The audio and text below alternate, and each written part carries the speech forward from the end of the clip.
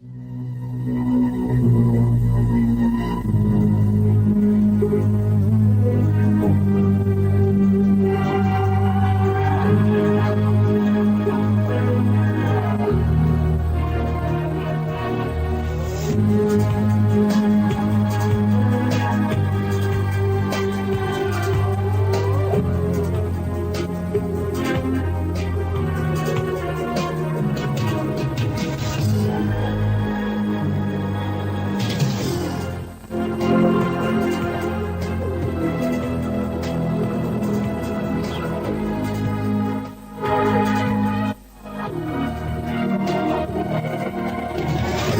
crois à la réincarnation et je crois que ma vie,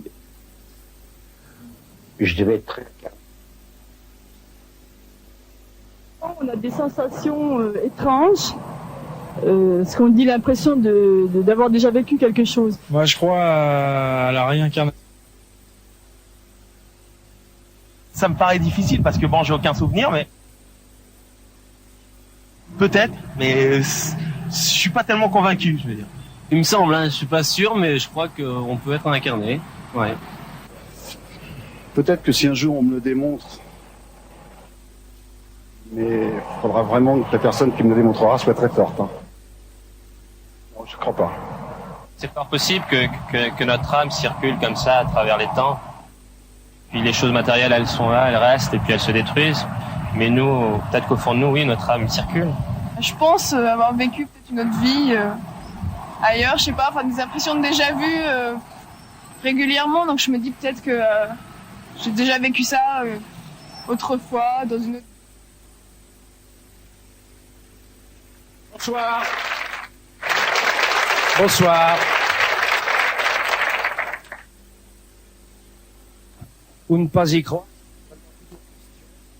Question de mystère, c'est la question que tout le monde vous posez, qu'on me pose d'ailleurs presque quotidiennement.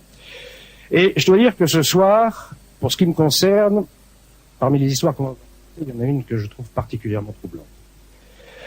C'est l'histoire de Pierre et Odette Barra. Pierre et Odette Barra, ce sont des millions d'autres. Lui, il était fonctionnaire de police, elle était comptable, ils étaient à la retraite. Et puis un beau jour, ou plutôt une nuit, en 1980, Pierre Barra fait...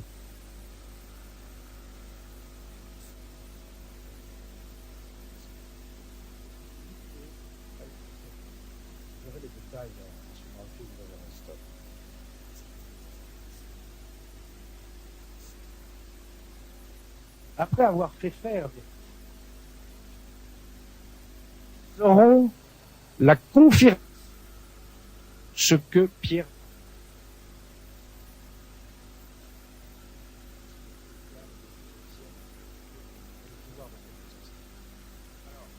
avant de suivre l'histoire de Pierre et Odette Barra à la recherche de leur vie antérieure, un aperçu rapide en quelques images des autres.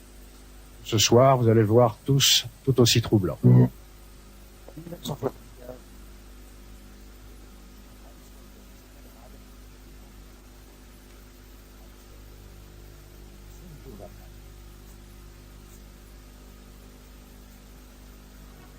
En 1986, l'Allemand Adolf Hommes ne croyait pas que les vivants pouvaient capter des messages de l'au-delà, jusqu'à ce qu'il enregistre la voix de sa mère défunte.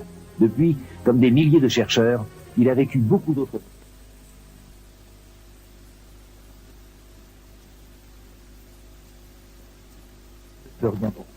Seul un miracle pourrait le sauver. Et ce miracle se produit. C'est un miracle inhabituel dans la longue histoire des guérisons inexplicables.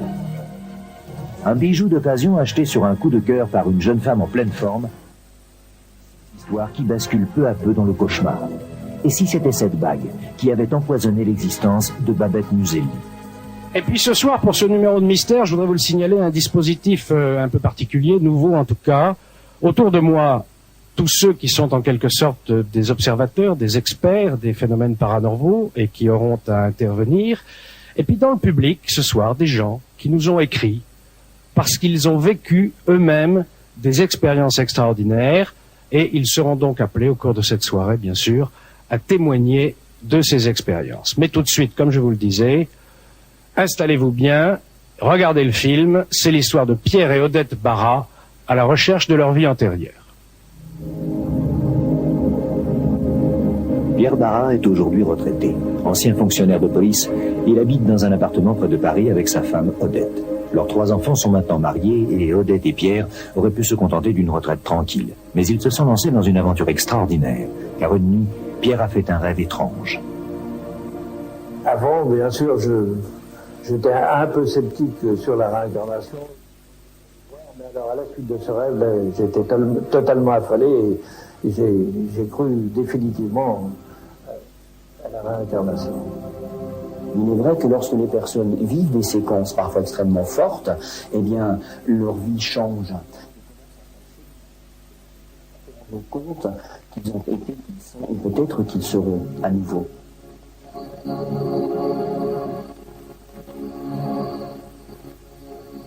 Tout a commencé au mois d'août 1980. Comme chaque été, les Barra passent leurs vacances dans leur maison en Bretagne. Cette année-là, l'été est particulièrement frais et pluvieux. En se couchant, Pierre est loin d'imaginer que la nuit qui l'attend va être très différente des autres et va l'entraîner dans un monde étrange qui va changer le sens de sa vie. Passez une bonne nuit.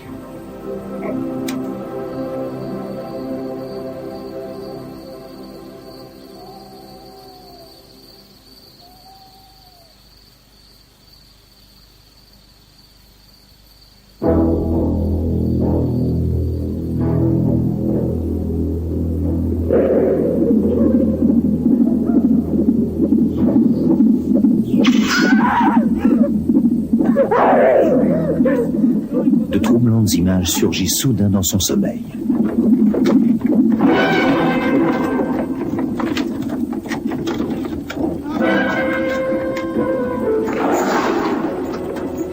Pierre distingue une carriole, un lourd cheval de trait. Dans la carriole, une femme souffre. Cette femme est sur le point d'accoucher. Un homme conduit la carriole, il est affolé. Il se dépêche, c'est son mari. Pierre a le sentiment que cet homme c'est lui, et que la femme dans la carriole c'est Odette, sa femme. Pourtant ils n'ont pas du tout leur physique actuel, mais Pierre est sûr que c'est bien eux. Les douleurs de la femme sont de plus en plus terribles.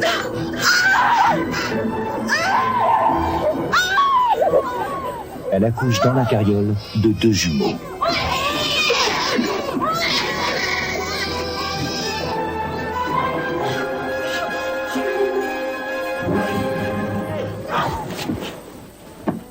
Mais le rêve de Pierre ne s'arrête pas là.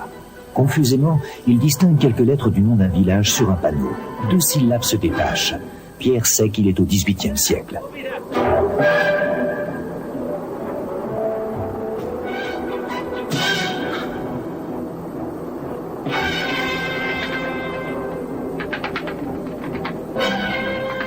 Soudain, il voit à nouveau la carriole prendre la direction du village. L'homme rassure la femme.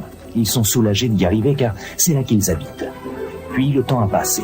Pierre sait maintenant que sa femme et lui sont cultivateurs et qu'ils vivent pauvrement avec leurs 12 enfants.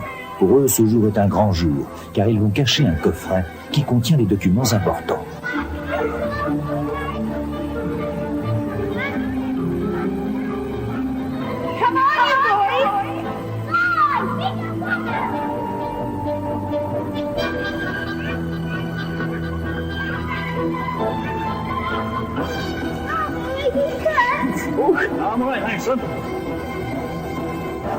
Sa femme dépose dans la cassette toute leur richesse et ils vont l'enterrer soigneusement au pied d'un arbre.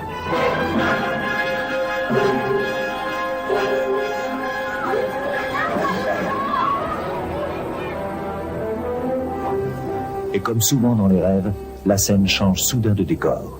Pierre voit maintenant un très vieux cimetière. Puis il voit un homme seul devant une tombe.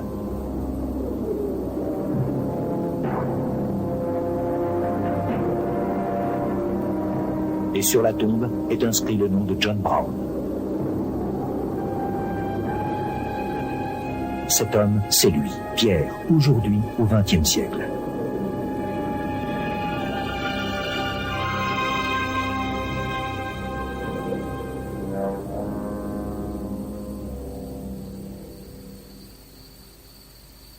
Enfin, le jour se lève et la lumière tire les Barra de leur sommeil.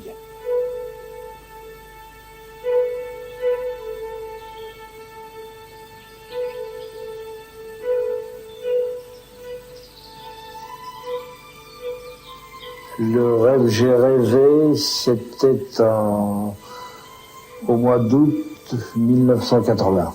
Je me suis rendu compte que ce rêve était véritablement important pour moi.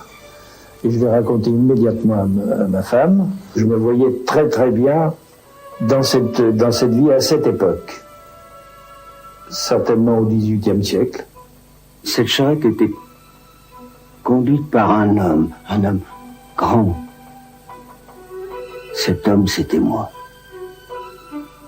Je l'écoute et il me dit « Je suis sûr que c'était toi et je suis sûr que c'était moi et on était différents tous les deux. » Vu la pauvreté de ce coin, je me dis « Tiens, c'est peut-être un pays de l'Est ou en Pologne. » Et j'avais vu sur la plaque, la plaque d'entrée du village, OS, et plus loin, je me souviens seulement de RI. Raconte. Mais si. Pierre fait souvent des rêves d'une précision incroyable. Il a pris l'habitude de les raconter à sa femme. Mais ce rêve-ci est tellement présent et différent des autres, peut-être pense que son mari a vu en songe l'une de ses vies antérieures. Troublé, Pierre raconte son rêve à des amis et leur fait part de son émotion et de ses interrogations. Se pourrait-il qu'il ait été jadis ce paysan du XVIIIe siècle? Sur la tombe, c'était marqué John Brown. L'homme, c'était moi. Et il était tout énervé de son rêve. Il était vraiment... Il y croyait pas trop au départ. Il disait, c'est un rêve, il faut que j'en ai la preuve. Les Barras décident alors de tenter de retrouver des détails du rêve dans la réalité. Mon épouse a eu l'idée de prendre l'Atlas mondial et de chercher, parmi les 240 et quelques localités qui commençaient par Os, et elle a trouvé la ville ou le village d'Oswestry au pays de Galles. Grande-Bretagne. Odette et Pierre n'ont jamais été en Angleterre, et l'idée vient soudain à Odette d'emmener Pierre là-bas, à Oswestry. Elle pense que ça peut être important pour lui. Elle décide de lui faire la surprise et va seule acheter les billets d'avion. Odette Barras, elle est passée à l'agence pour chercher la façon de se rendre en Angleterre. Donc on a regardé sur un atlas où se trouvait Oswestry et on a trouvé que le meilleur aéroport était Birmingham. Des billets d'avion, mais Pour aller en Angleterre. L'Angleterre, non. Mais si mon rêve ne voulait rien dire, enfin... Comme ils ne parlaient pas la langue, ils nous ont demandé de nous occuper d'un maximum de choses. Bon, c'est-à-dire, outre l'avion, la location de la chambre d'hôtel et la location de voiture. Quelques jours plus tard, les Barras atterrissent en Angleterre. Au début, bien sûr, ils sont un peu perdus. Mais dès qu'ils vont approcher d'Oswestry, les choses vont être étrangement différentes. Quand on est arrivé là-bas, il a tout reconnu, y compris la chaîne de montagnes qui entourait la ville dont il n'avait pas parlé.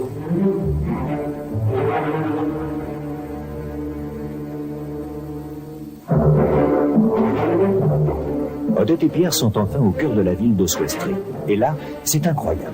Malgré la différence d'époque entre le rêve et la réalité, Pierre reconnaît les rues, les maisons. Il se dirige comme s'il avait toujours habité là. Et soudain, au détour d'une rue, il va faire une découverte étonnante. Tiens, là, je suis sûr. Bien sûr. Viens, c'est là. Tu es sûr? C'est là, je suis sûr. Pierre a reconnu la maison de son rêve. Cette maison où il se voyait vivre avec sa femme et ses enfants au XVIIIe siècle. C'est là. Les images de son rêve lui reviennent très précisément, et il n'a plus aucun doute. Dans un autre temps, cette maison a été sa maison, et devant cet endroit qu'il reconnaît sans jamais y être venu, Pierre est envahi par l'émotion.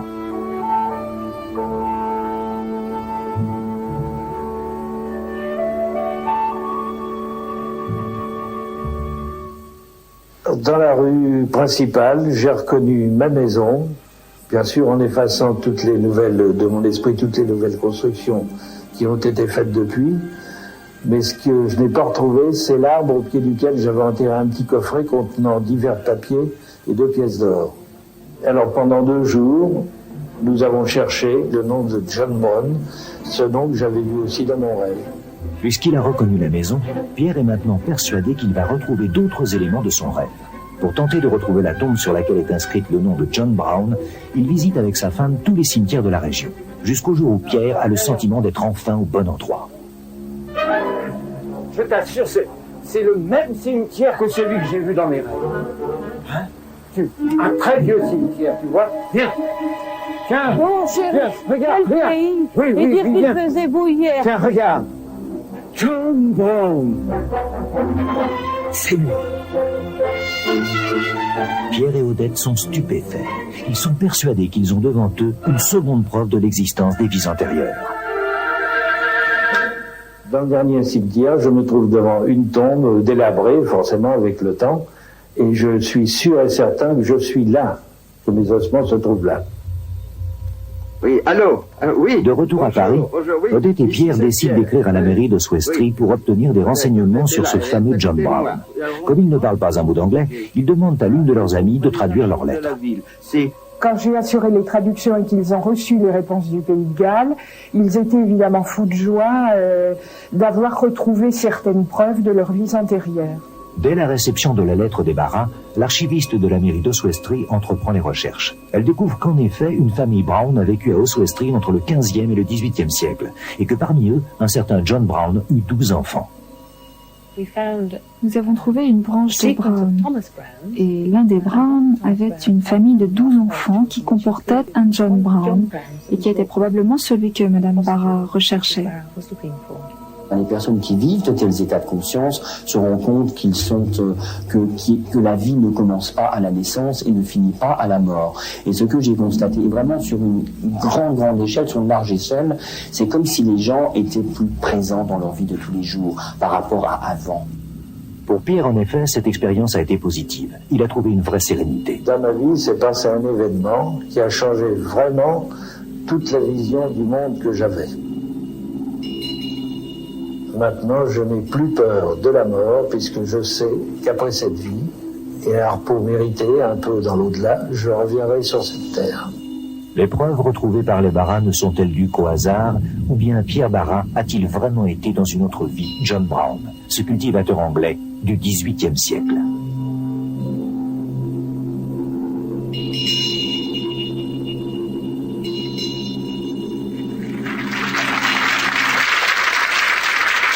Pierre et Odette Barras, les voici. Quel effet ça vous fait de voir le film de votre vie, Pierre Barras? Formidable. Pas de votre vie, de ce mystère. Il est formidable, le film.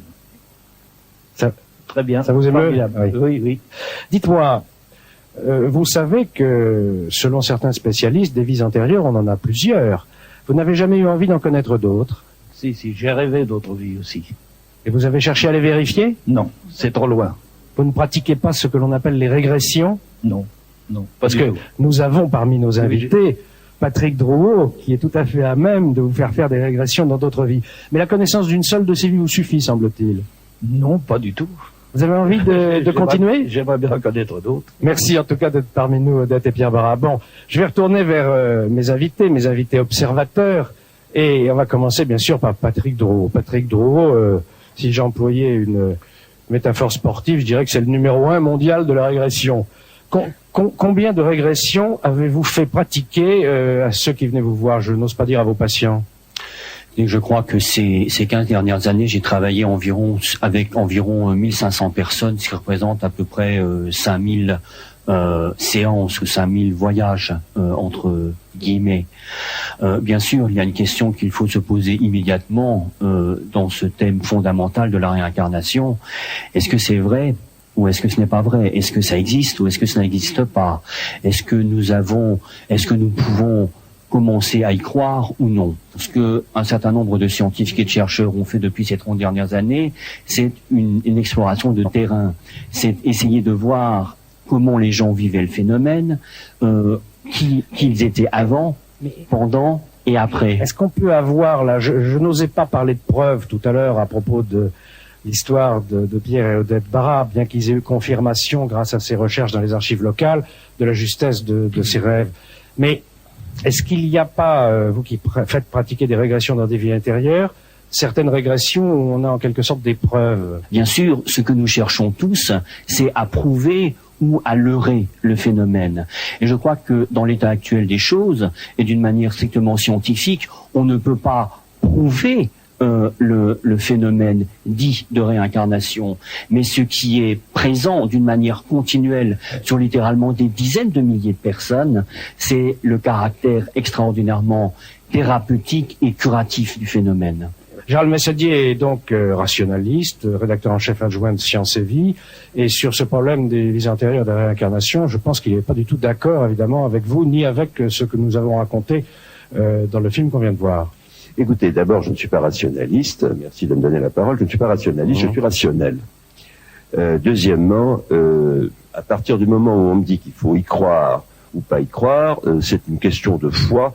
Ça ne me concerne absolument pas. Mais que pensez-vous de l'histoire que nous venons de raconter de Pierre-Odette Barra? Écoutez, je voudrais d'abord observer que ce nom de John Brown est un des plus banals qu'on puisse trouver en Angleterre, et que de l'Écosse au Pays de Galles et de l'Est à l'Ouest, dans tous les comtés anglais, on trouvera un John Brown et on en trouvera un enterré dans un cimetière à peu près identique. Voilà une chose, quand même très singulière. On m'aurait dit qu'il s'appelait d'abord le nom de John, sans prénom intermédiaire, est un peu singulier. John Brown, c'est le nom le plus absurdement banal. Mais si on m'avait dit que c'était Thomas Beresford Anglesey, là le nom est un peu plus précis, un peu plus singulier. Bon, il y en avait un dans ce. Il faudrait ensuite faire une étude et voir ce nom rêvé. Bon, le rêve d'abord est du point de vue psychiatrique, étrangement structuré. C'est très très rare d'avoir un rêve. C'est vrai que Pierre-Odette Barra vous écoute, ils sont là, ils ont un micro. Je les ai vus, je vous ai entendu leur parler. Alors, je trouve ce rêve extrêmement structuré, même bizarrement structuré pour un rêve. Admettons. Mais là, le nom de John Brown, moi, au lieu de me convaincre, m'inciterait à la réserve, pour dire le moins. Bon, deuxièmement, il me semble, dans la conversation que vous venez d'avoir avec M. Drouot, il y a un amalgame. Dans le cas du rêve de M. Barra, nous avons le souvenir spontané, supposé, d'une vie antérieure. Ce que fait M. Drouot, c'est de provoquer, lui, des souvenirs. C'est tout à fait autre chose, parce que je suppose que vous procédez par hypnose. Alors justement, l'hypnose est une technique pour nous totalement dépassée depuis une vingtaine d'années. Effectivement, les premières expérimentations qui ont été faites au début du siècle et jusque dans les années 60-70 ont été basées sur l'hypnose. Alors comment Eh bien, c'est-à-dire qu'on utilise des techniques basées sur des musiques, sur des souffles, où la personne reste totalement consciente, mais où elle entre dans un mode de fonctionnement cérébral totalement différent. Ce que l'on a essayé de faire, par exemple, aux États-Unis, dans différents laboratoires, c'était de voir de quelle manière le cerveau fonctionnait lorsque les personnes disaient être dans quelque chose d'autre. Est-ce qu'il y a des modifications? Est-ce que le cerveau génère des trains d'ondes différents de ce qu'il génère dans un état relaxé, dans un état d'hypnose, ça doit être terriblement traumatisant quand vous faites revivre à quelqu'un une vie antérieure et parfois que vous faites revivre sa mort.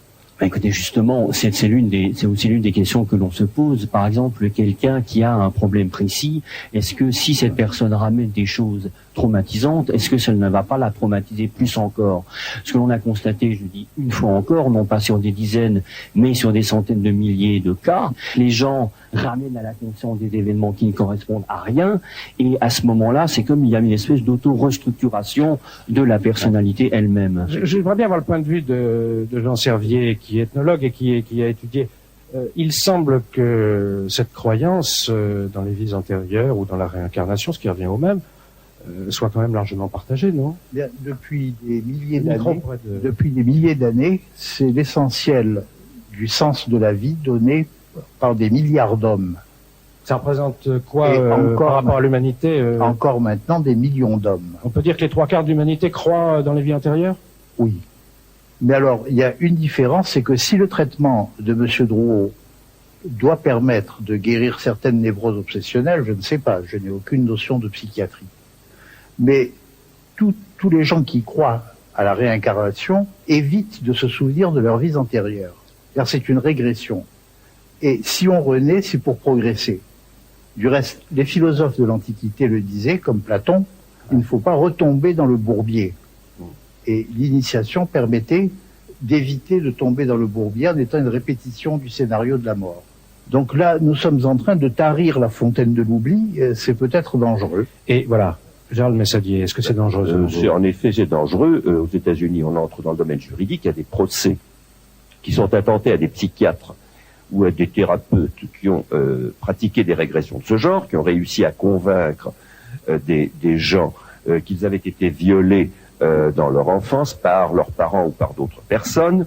On les a vus, d'ailleurs, on en a vu, il y en avait il y a un jeune homme qui a prétendu qu'il avait eu des rapports sexuels avec un cardinal, puis il est revenu sur ses aveux qui étaient complètement fabriqués, évidemment. Et puis une femme de 67 ans qu'on persuade à son âge que son père, qui a alors 91 ans, l'aurait violé dans sa jeunesse. Enfin, on entre dans le domaine vraiment du délire social. Et il y a maintenant des procès, et je pense que la justice française devrait commencer à contrôler cela, parce que on cultive, parce que c'est une pratique... on cultive le délire social. On fait croire aux gens ceci, cela et autre chose. C'est très dangereux. On entre dans ce domaine de viol, parce que ça, c'est un viol de la personnalité. On entre par hypnose ou par des techniques apparentées à l'hypnose. On entre dans l'inconscient des gens par la suggestion. On leur fait croire ce qu'ils sont déjà tout prêts à croire. Tout le monde est prêt à croire beaucoup de gens sont prêts à croire à des fantaisies de ce genre. C'est extrêmement dommageable pour eux, pour leurs proches et pour l'ensemble de la société. Je pense que là, réellement, on est dans le domaine juridique et même criminel. Bien, je voudrais quand même maintenant me tourner vers certaines personnes qui sont parmi nous ce soir. Ce sont des téléspectateurs de Mystère, et je le précise, ils nous ont écrit pour nous raconter leurs histoires personnelles. Ce ne sont pas des cas sur lesquels Mystère a enquêté, bien entendu, contrairement à ce qui se passe dans les films que vous venez de voir. Alors, en matière de vie antérieure, il y a ici quelques personnes qui, semble-t-il, en connaissent un rayon.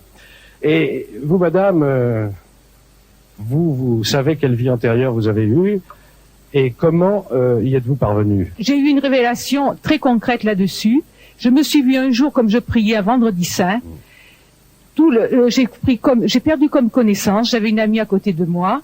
Et tout a vacillé, j'ai vu tout en or, des objets en or, des costumes que les gens portaient de la civilisation égyptienne ancienne. Vous êtes vue donc dans une vie antérieure. Oui, très couverte d'or, sur un trône en or. Est-ce que vous pratiquez les régressions? Alors vous étiez qui? J'étais Cléopâtre, puisque la coiffure.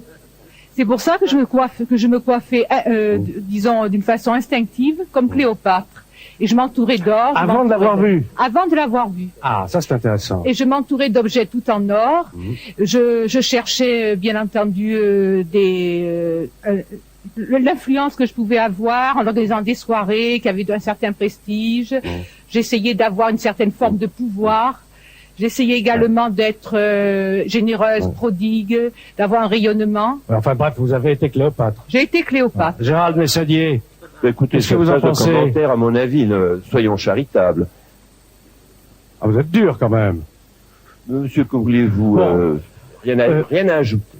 Bien, enfin, c'est un sujet sur lequel on pourrait parler des heures et des heures. Ce que je vous propose maintenant, c'est de faire la connaissance d'un Américain pas comme les autres, bien qu'aux États-Unis il y en ait beaucoup. C'est un homme que les Français ne connaissent absolument pas, mais qui est devenu très très célèbre aux États-Unis. Il s'agit de Travis Walton. Et Travis Walton serait l'un des êtres humains, en tout cas il l'affirme, et jusqu'à présent son dossier est l'un des plus sérieux. Il affirme en effet avoir été enlevé par des extraterrestres. Regardez. Cet homme s'appelle Travis Walton. Il a 41 ans, il est bûcheron. Il vit avec sa famille à Snowflake, une petite ville de l'Arizona. Il y a presque 20 ans, il a vécu une expérience hors du commun qui a tenu en haleine toute l'Amérique. Et aujourd'hui encore à Snowflake, l'affaire Travis Walton continue de déchaîner les passions. 5 novembre 1975. Dans la forêt de Seedgrave, 7 jeunes bûcherons rentrent de leur travail. La tâche est harassante, mais Travis aime son métier. Pourtant, ce soir-là, la forêt réserve au jeune homme une terrifiante aventure. J'avais entendu des histoires sur des gens qui disaient avoir vu des choses, mais je ne croyais pas vraiment aux ovnis avant d'avoir vu ce que j'ai vu ce soir-là. Mais là, il n'y avait pas d'erreur possible.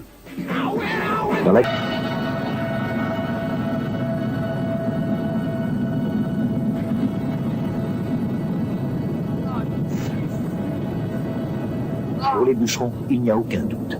L'objet étrange et menaçant qui vient d'apparaître au-dessus d'eux est une soucoupe volante. Pourtant, Travis continue d'avancer. Les amis du jeune homme sont pris de panique. Soudain, Travis aussi semble prendre conscience du danger, mais il est trop tard.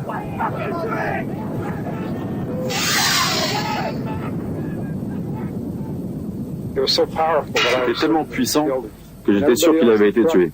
Et tout le monde dans la camionnette pensait la même chose. Il me criait « Allez, partons d'ici !»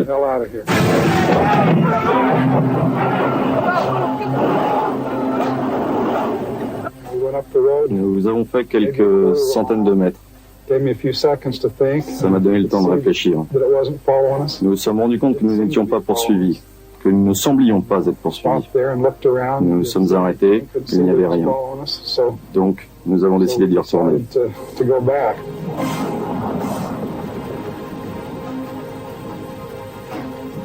Là, à l'endroit même où quelques minutes auparavant les bûcherons ont vu leur ami se faire foudroyer, il n'y a maintenant plus que silence et obscurité. La lueur, la soucoupe volante, tout s'est évanoui comme s'ils avaient rêvé. Les hommes se mettent à la recherche de leurs camarades.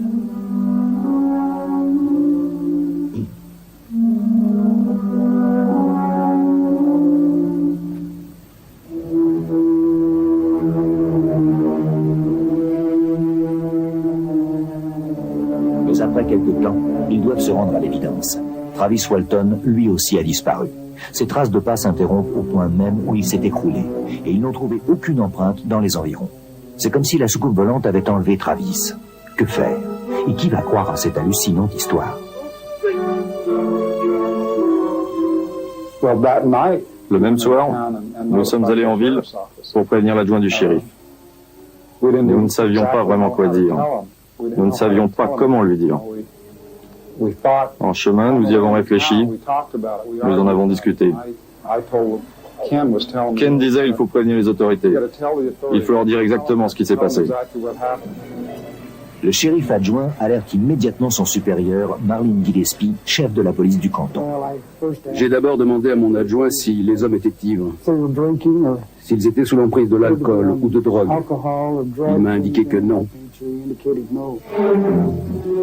L'affaire paraît sérieuse. Pour en avoir le cœur net et après avoir interrogé les hommes, Marlin Gillespie leur demande de l'accompagner sur les lieux. Là, il constate que Travis Walton a bel et bien disparu. Pourtant, il ne croit pas du tout à cette histoire de soucoupe volante. Mais pourquoi ces hommes auraient-ils inventé une chose pareille? J'ai commencé à soupçonner ces individus d'avoir fait quelque chose à Travis, de l'avoir blessé, ou peut-être tué, et de s'être débarrassé de son corps et d'utiliser cette histoire comme alibi.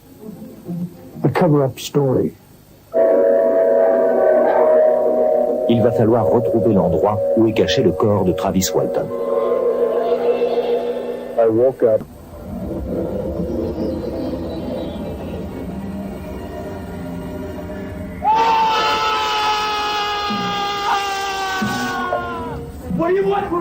Quand Travis se retourne, les créatures ont disparu, mais il sent leur présence.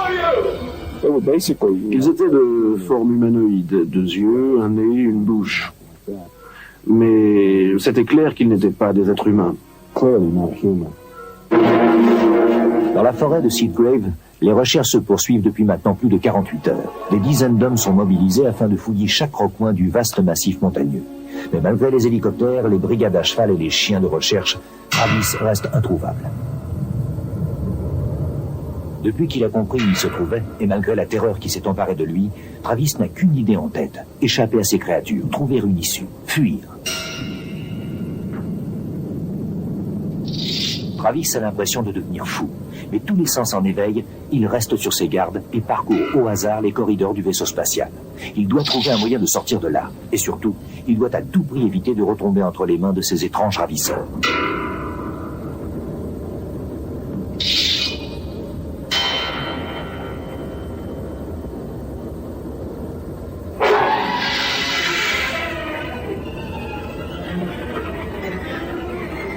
Alors que devant lui apparaît l'immensité de l'espace interstellaire, Travis prend la mesure de sa solitude et de l'horrible destin qui le guette. Pourra-t-il un jour rentrer chez lui?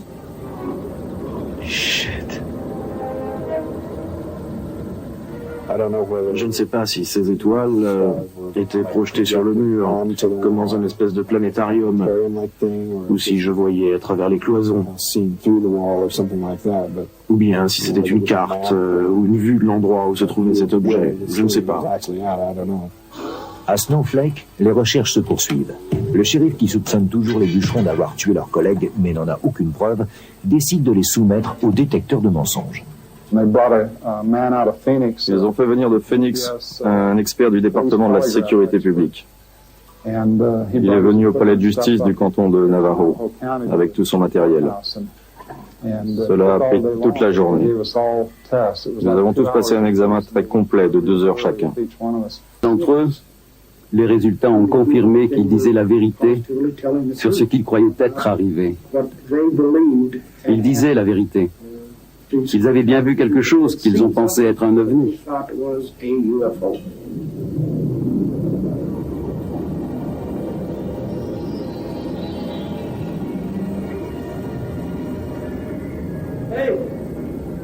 Soudain, Travis aperçoit une silhouette revêtue d'un scaphandre. Elle lui fait signe d'approcher. Il reprend espoir. Peut-être a-t-il trouvé un allié qui pourra l'aider.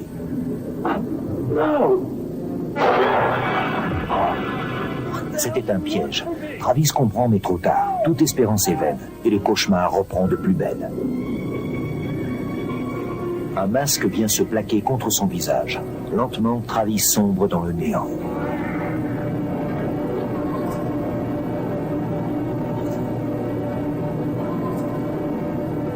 Maintenant 5 jours qu'on le recherche. Mais quand Travis revient à lui, il n'a pas la moindre notion du temps qui s'est écoulé. Terrifié de lui arriver. Dans son esprit, les questions se bousculent. Qui sont ces créatures? Pourquoi l'ont-elles emmené? Combien de temps tout cela a-t-il duré? Et surtout, maintenant, comment les gens vont-ils réagir à son incroyable histoire? Peut-être après tout, ne devrait-il rien dire? Le chemin de Snowflake ne lui a jamais paru aussi long.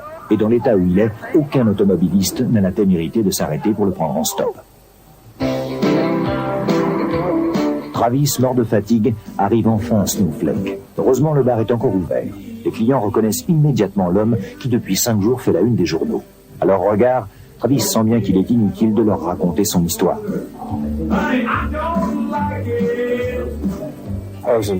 J'étais en assez sale état. Complètement traumatisé. Je pouvais à peine parler. Je ne pouvais rien dire. J'étais comme une épave. Travis est incapable de faire un pas de plus. Il ne lui reste qu'une solution, téléphoner à son frère Dwayne, qui habite à plusieurs kilomètres de là.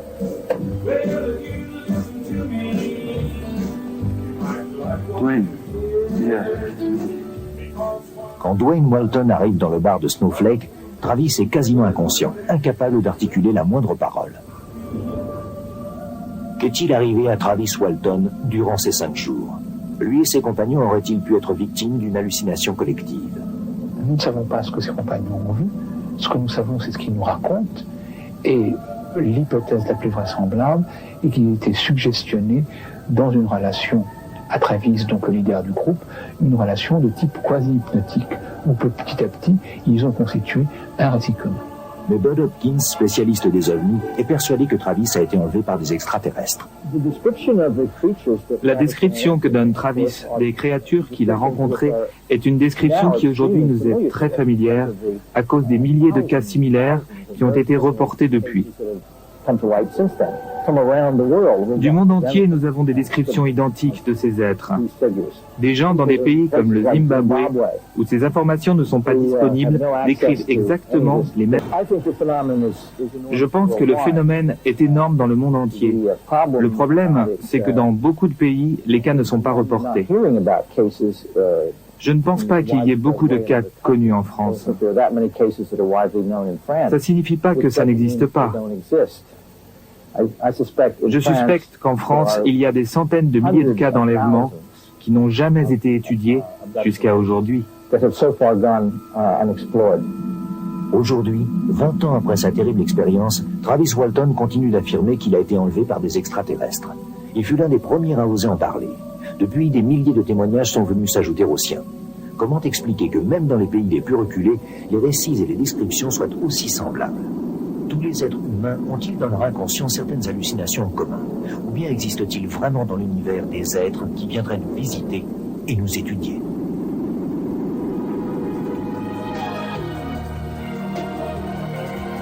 Imaginez ce qui pourrait se passer si tout d'un coup on annonçait à vous, à moi, aux autres personnes, que nous ne sommes plus les seuls. Qu'est-ce qui se passerait au niveau de l'angoisse, au niveau de la panique? Il va falloir partager, au niveau de la religion, au niveau de toutes nos croyances et au niveau de nos certitudes que nous ne devrions pas avoir. Vous pensez que c'est quand même de la dynamite à ne pas mettre entre toutes les mains pour l'instant? Les ovnis, à mon avis, ça existe. Mais c'est quoi? Il y a des petits hommes verts. J'ai un oncle qui croit aux ovnis, il y a quelque chose, etc. Il s'évade vers l'espace, et c'est très bien comme ça. Moi, j'ai pas besoin de ça parce que moi, j'écris de la poésie et que j'ai mon ovni à moi, quoi. Regardez le ciel, quand vous voyez tous ces milliers, et on n'en voit que des milliers, il y en a des milliards d'étoiles, il y a sûrement une planète où il y a des êtres vivants, que ce soit des ovnis, des gens comme nous, ça sera toujours le mystère. Mais moi, j'y crois.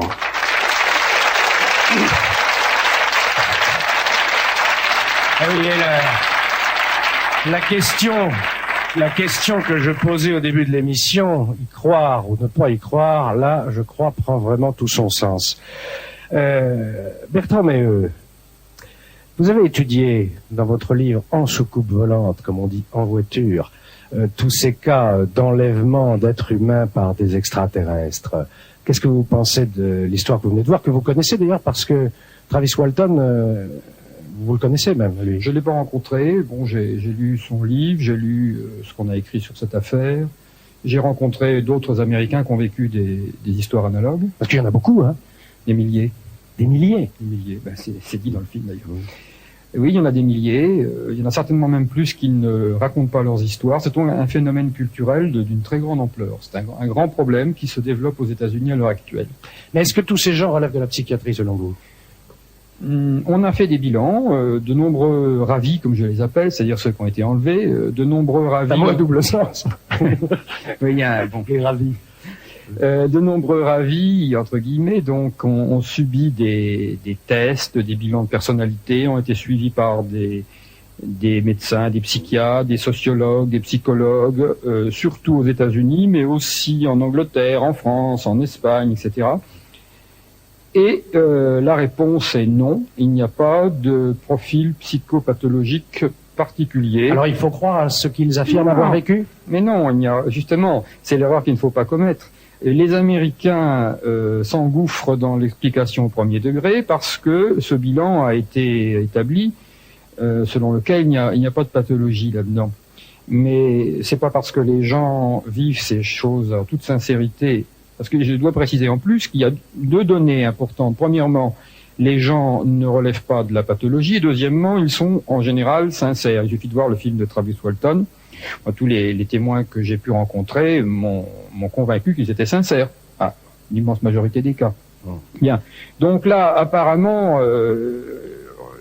Martine Castello, oui. De tout temps, si vous avez écouté Edmé Michel ou Jacques Vallée, qui sont spécialistes du phénomène OVNI, il y a eu des manifestations d'extraterrestres à toutes les époques de l'histoire. Mais à chaque fois, elles ont pris les traits que les hommes pouvaient observer. C'est-à-dire qu'au XVIIIe siècle, au XIXe siècle, on voyait des bateaux volants. Parce que c'était les bateaux à vapeur qui étaient ce qu'il y avait de plus moderne. De la marine. Mais ça ne veut pas dire qu'il n'y a pas un phénomène derrière. Ça ne veut pas dire ça. C'est vraiment quelque chose de vrai. Donc, si vous voulez comprendre, par exemple, ce que sont les phénomènes ovnis, il faut se dire comment je vois le réel, moi. Est-ce que ma manière est la seule manière de voir le réel? Est-ce que moi, en tant qu'homme, le réel que je vois, est-ce que c'est vraiment le réel? Et après, je me dis, bon, est-ce que s'il y a de la vie dans l'univers, est-ce que par rapport à l'évolution de leur conscience, ils voient le même réel que moi, ils ont la même construction du réel que moi? Dans ce cas-là, on peut interférer. Sinon, on peut pas interférer. Sauf par des images intermédiaires, comme des hologrammes. Il y a peut-être une présence derrière, mais pour que nous, on la voit. Parce qu'on ne peut voir que les formes qu'on connaît. Si, voilà, il y a des formes qui ne sont pas dans mon inconscient, je les verrai jamais. Là, moi, je peux voir les formes de ronds, de carrés, des couleurs que j'ai dans mon œil. S'il y a des formes que j'ai pas intégrées dans ma perception, je les verrai pas. Donc, comment vous voulez que nous, on voit les extraterrestres si ce n'est pas à travers les images, les habits qu'on leur met. Voilà. Certains de ces prétendus, entre guillemets, ravis ou abductés, ou même ceux qui ont eu simplement des contacts avec de soi-disant extraterrestres, en sont marqués dans leur chair. On connaît des histoires où les prétendus ravis sont marqués dans leur chair. Alors ça, c'est un signe tangible et physique. Alors comment on l'explique, hein, professeur Escande? Alors, qu'est-ce que la psychosomatique, sinon le fait de se créer des lésions parce qu'on a des idées qui vous traversent la tête? Je peux vous dire que monsieur Jean Racine, écrivant Phèdre, décrit les plus belles manifestations de psychosomatique, parce que Phèdre, elle voit arriver Hippolyte, beau gosse s'il en est, il la touche pas, il se passe rien, il se regarde simplement, et qu'est-ce qu'elle dit? Je le vis, je rougis, je pâlis à sa vue, un trouble se leva dans mon âme éperdue, mes yeux ne voyaient plus, je ne pouvais parler, je sentis tout mon corps et transir et brûler. Alors je vais vous dire, des chants auxquels il n'arrive à rien, simplement de voir quelqu'un qui se modifie totalement, et je ne veux pas entrer dans des détails plus scabreux, mais la simple vision d'un spectacle peut provoquer dans l'organisme des quantités de manifestations. Bien, donc, ça ne me surprend pas. Le problème des marques physiques, le problème des marques physiques, donc sur le corps de ceux qui affirment avoir été enlevés par des extraterrestres, c'est donc parfaitement résolu. Ah non, pas parfaitement résolu, mais je veux dire qu'on a des modèles absolument extraordinaires de gens qui, moi c'est mon métier quotidien, de gens qui, parce qu'ils ont une grande émotion, déclenchent, alors sur la peau, mais ailleurs que sur la peau, des grandes manifestations. Et vous savez, nous, des manifestations du corps bizarres, après qu'il vous soit passé quelque chose dans la tête, c'est vraiment pas de l'extraordinaire, c'est le pain quotidien de tous les médecins. Martine Castello. Je pense que c'est là, vraiment, le signe qu'il y a quelque chose qui va pas. Parce que le corps, que la matière soit influencée en permanence par l'esprit, ça veut dire quand même quelque chose de fondamental. Ça veut dire qu'il y a un lien entre les deux. Donc, soit on s'est gouré sur l'explication de la matière, soit on s'est gouré sur l'explication de l'esprit, soit on s'est gouré sur les deux en même temps. Et il faut reprendre nos copies. C'est ça, c'est ce moi, ça me sidère. C'était que vous dites, oh, c'est tout à fait normal. Mais attendez, non, mais revenez de votre sidération. Il est absolument évident que nous ne sommes pas capables de répondre à qu'est-ce que la matière, à qu'est-ce que l'esprit, mais cherchons, remettons-nous au travail, madame, ne fixons je vais pas vous dire les une choses. chose, s'il suffisait de chercher pour trouver, ça fait longtemps que l'humanité serait heureuse. Mais c'est la seule chose que l'humanité a à faire, c'est de trouver. Écoutez, vous me faites, vous êtes gentil, je suis sûr que vous êtes de bonne volonté, mais enfin, je peux vous dire que tous les matins, je me presse le citron pour essayer de faire avancer les choses dans le laboratoire de recherche, et que ma bonne volonté est entière, et que je ne rêve que de trouver, peut-être pour avoir la gloire, je ne sais pas, on s'en fiche mais on n'y arrive pas. C'est pour ça qu'on est sur la Terre, c'est pour comprendre les choses. On n'est pas pour dire... Mais oui, madame, mais c'est pour comprendre, mais il y a tellement de gens intelligents qui sont morts sans avoir compris, que je crains que ça vous arrive à vous et à moi. Mais non, mais chacun à notre niveau... comprendre qu'est-ce qu'on vient faire sur la Terre, qu'est-ce que la matière... Oui, mais si on savait ce qu'on fait sur Terre, là aussi on serait heureux. Il faut se trouver une raison d'être sur Terre. On s'en trouve. Cette conversation-là, Martine Castello, elle vient de poser un problème. C'est fondamental. Dont on va parler quand on verra le prochain mystère. En effet, dans quelques instants, et je vous demande de rester avec nous, dans quelques instants, on se retrouve, mystère continu, et nous allons justement avoir un exemple très très frappant de communication, Martine Castello, de communication entre le monde des vivants et le monde des morts, et mine de rien, ça pose le problème que vous venez de poser. On se retrouve tout de suite.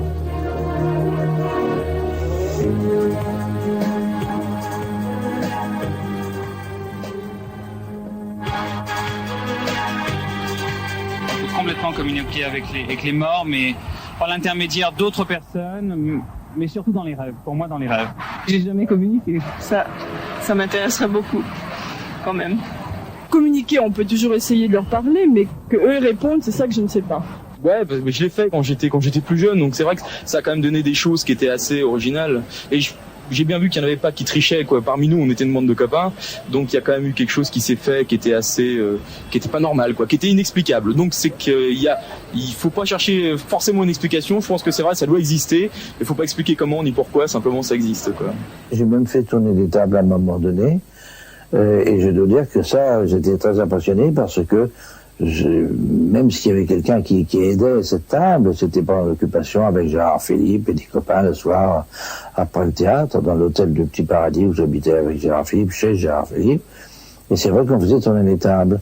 Et c'est vrai qu'à un moment donné, l'esprit qu'on avait sollicité s'est adressé à moi, et il a appelé son nom, et il a appelé le nom de mon grand-père. Par conséquent, c'était vraiment l'esprit de mon grand-père.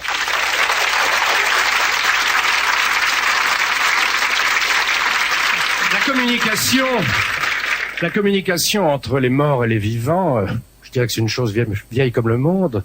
La littérature en est pleine, les tables tournantes, l'écriture automatique, etc. Et peut-être vous est-il un jour venu à l'idée de chercher à entrer en contact avec un cher disparu. Seulement, évidemment, vous n'êtes pas médium, tout le monde n'est pas médium.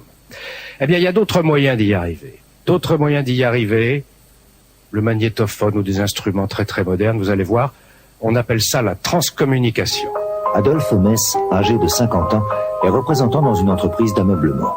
Ses amis, ses voisins le décrivent comme un homme paisible, sensé, sans histoire. Il vit dans un village en Allemagne avec sa femme et sa fille qui pour lui comptent plus que tout, car il a une enfance douloureuse. J'ai été élevé dans des orphelinats et j'ai grandi différemment des autres enfants car je n'ai jamais connu l'amour d'une mère ou d'un père. Mais quelque chose va changer la vie de cet homme, car un jour il va entendre par hasard à la radio une émission sur la transcommunication instrumentale. Des témoins affirment entrer en contact avec des défunts à l'aide d'un magnétophone. Adolphe pense à l'être qui lui a manqué toute sa vie, sa mère, qu'il n'a jamais connue puisqu'elle est morte en le mettant au monde. Il ne connaît même pas son visage, il n'a aucune photo d'elle. Fasciné, il écoutera pendant plusieurs mois l'émission de radio avant d'essayer lui-même cette technique étrange. Je voulais absolument entrer en contact avec ma mère. Alors je me suis acheté un magnétophone avec un micro et j'ai d'abord tenté les contacts quand il n'y avait personne à la maison. Un soir, alors que sa femme et sa fille sont absentes, Adolphe tente sa première expérience. Je m'appelle Adolphe. Je voudrais entrer en contact avec ma mère, Caroline. Caroline, est-ce que tu m'entends ? Adolphe doit laisser tourner le magnétophone pour que la voix d'un défunt puisse s'inscrire sur la bande. Puis, il faut la réécouter. Mais pendant des mois, les cassettes restent silencieuses. Pourtant, Adolphe persiste. Cela devient presque une obsession.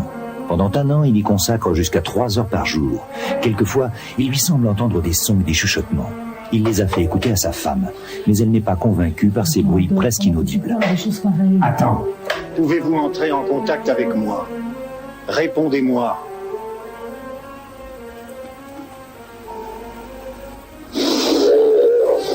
Ah, tu vois, j'ai pas rêvé.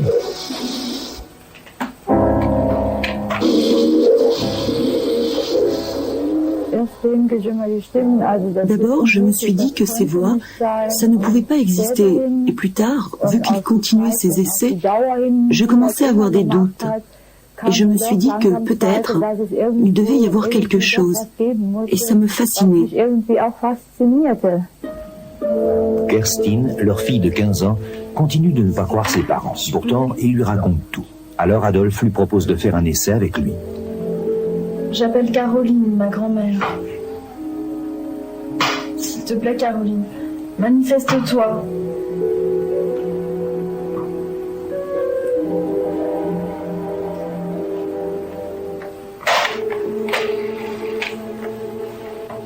S'il te plaît, Caroline, manifeste-toi.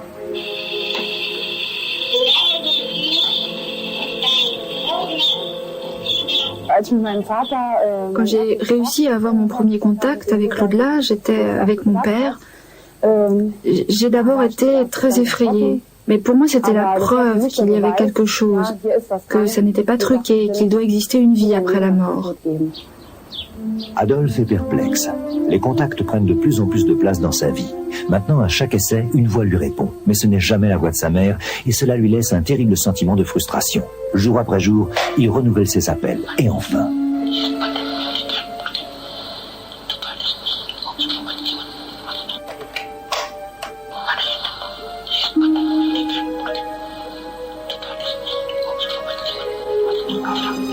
Pour Adolphe, il n'y a aucun doute. Sa mère vient de lui parler.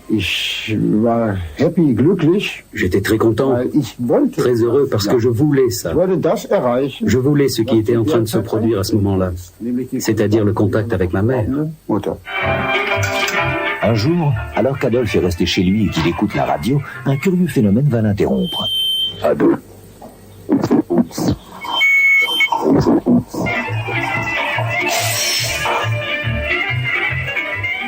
Adolphe est sous le choc. Sans réfléchir, il se précipite vers son magnétophone pour obéir à cet ordre étrange. Il enclenche l'appareil. Je suis là, je vous écoute. Parlez-moi.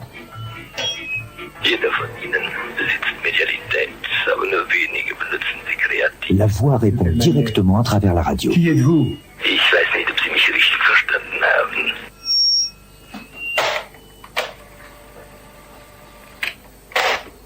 Quelle que soit la nature des phénomènes reçus par Holmes, pour moi, il n'y a aucun doute que ce n'est pas lui qui les fabrique, ce n'est pas de la fraude. D'ailleurs, il a reçu à plusieurs reprises des informations qu'il ne pouvait pas connaître et qu'on a pu vérifier par la suite. Il ne s'agit pas d'une manipulation venant de ce monde, à mon avis. Il faudrait des moyens techniques trop importants. Maintenant, une manipulation qui viendrait de l'au-delà, je ne peux pas l'exclure. Un voisin des Holmes, Friedrich Malkoff, vient un soir assister à l'une des séances d'Adolphe. Très sceptique, il ne croit pas à ces histoires. Pourtant, ce soir-là, il va changer d'avis.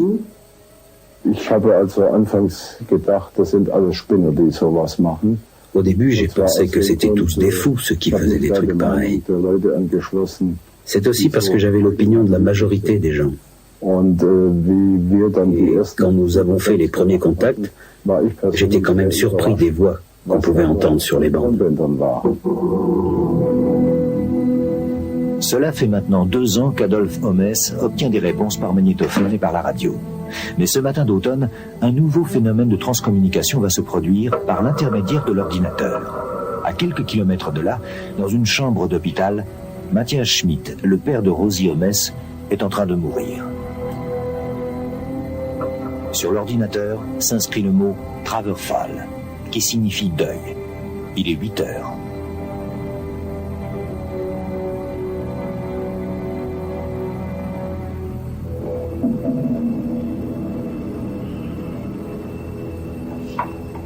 Rosie Holmes descend prendre sa douche quand elle découvre sur l'ordinateur le mot terrible. Qui a touché l'ordinateur? Personne, quoi? C'est vu ce qu'il y a décrit? Non.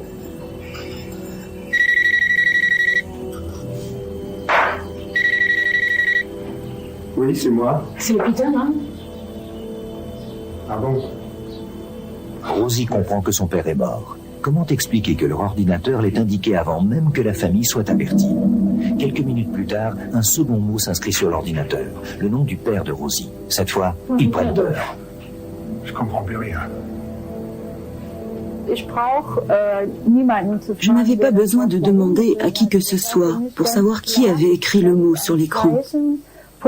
Je savais que c'était un signe de l'au-delà pour nous informer de cet événement, pour nous avertir. Pendant quelques jours, Adolphe arrête d'essayer de contacter l'au-delà. Mais une nuit...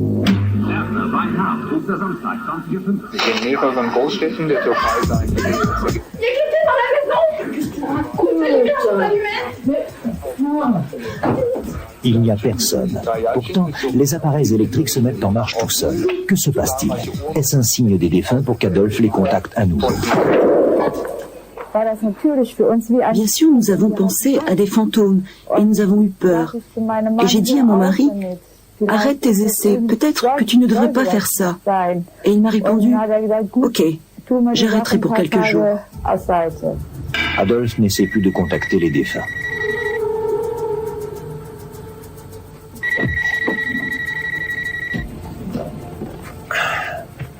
Oui? Hier spricht deine Mutter. Schalte morgen deinen Fernseher rein. Versuchen Kontaktaufnahme mit Matthias Schmidt. Allô? Allô?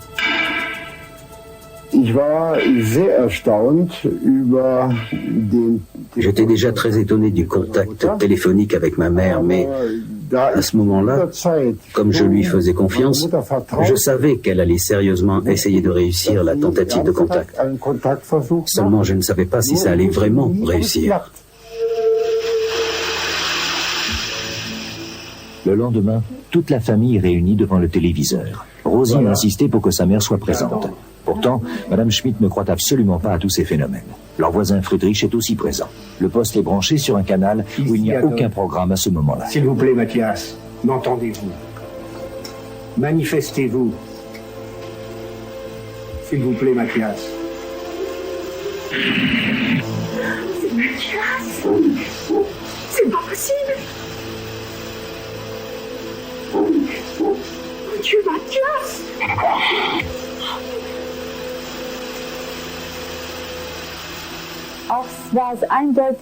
C'était clair, c'était sa voix. Il parlait dans notre dialecte. Ici c'est papa, ici c'est papa. C'est sûr, c'était mon père. C'était vraiment super, parce qu'auparavant nous n'avions entendu que des voix. Et là, il y avait l'image sur l'écran de télé. Je pleurais de joie. En même temps, j'étais très effrayée, mais c'était super, vraiment. La transcommunication, c'est une histoire de nos cerveaux qui impressionnerait les appareils. Je ne dis pas que tout s'explique comme ça, je ne l'ai jamais dit, mais notre cerveau serait donc capable de performances absolument extraordinaires sur les appareils d'enregistrement. Est-ce Adolphe qui imprime sans le savoir des sons sur les bandes ou même des images sur un téléviseur? Adolphe, lui, est persuadé que ce sont les défunts qui se manifestent. Il n'a plus qu'un but désormais, voir l'image de sa mère. Tous les jours, il tente inlassablement de capter le visage de celle qui lui manque depuis toujours. Pendant des mois, il n'obtient aucun résultat. Et enfin, le 3 juillet 1988, le visage d'une femme va apparaître sur l'écran.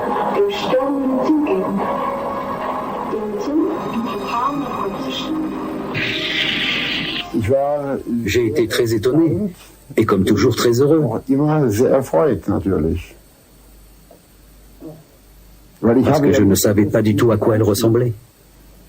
Adolphe est sûr que c'est sa mère, et cette même image apparaîtra une deuxième fois quelque temps plus tard. À la suite de cette expérience que j'ai vécue, je n'ai naturellement plus peur de la mort physique, car je sais qu'aussitôt, il y aura une autre existence. Sauf que je ne connais pas la façon dont ça peut se faire, ni la forme que ça peut prendre. Comme Adolphe, des milliers de personnes dans le monde captent de mystérieux messages sur des magnétophones ou directement sur les ordinateurs ou par téléphone. Parfois même, ces voix interrompent un programme de radio et d'étranges images apparaissent sur des téléviseurs. Des visages que beaucoup identifient et disent connaître. Serait-il possible que les défunts se servent de nos progrès technologiques pour essayer de nous contacter? Ou est-ce notre désir de croire à une vie après la mort qui pousse certains d'entre nous à créer inconsciemment ces phénomènes?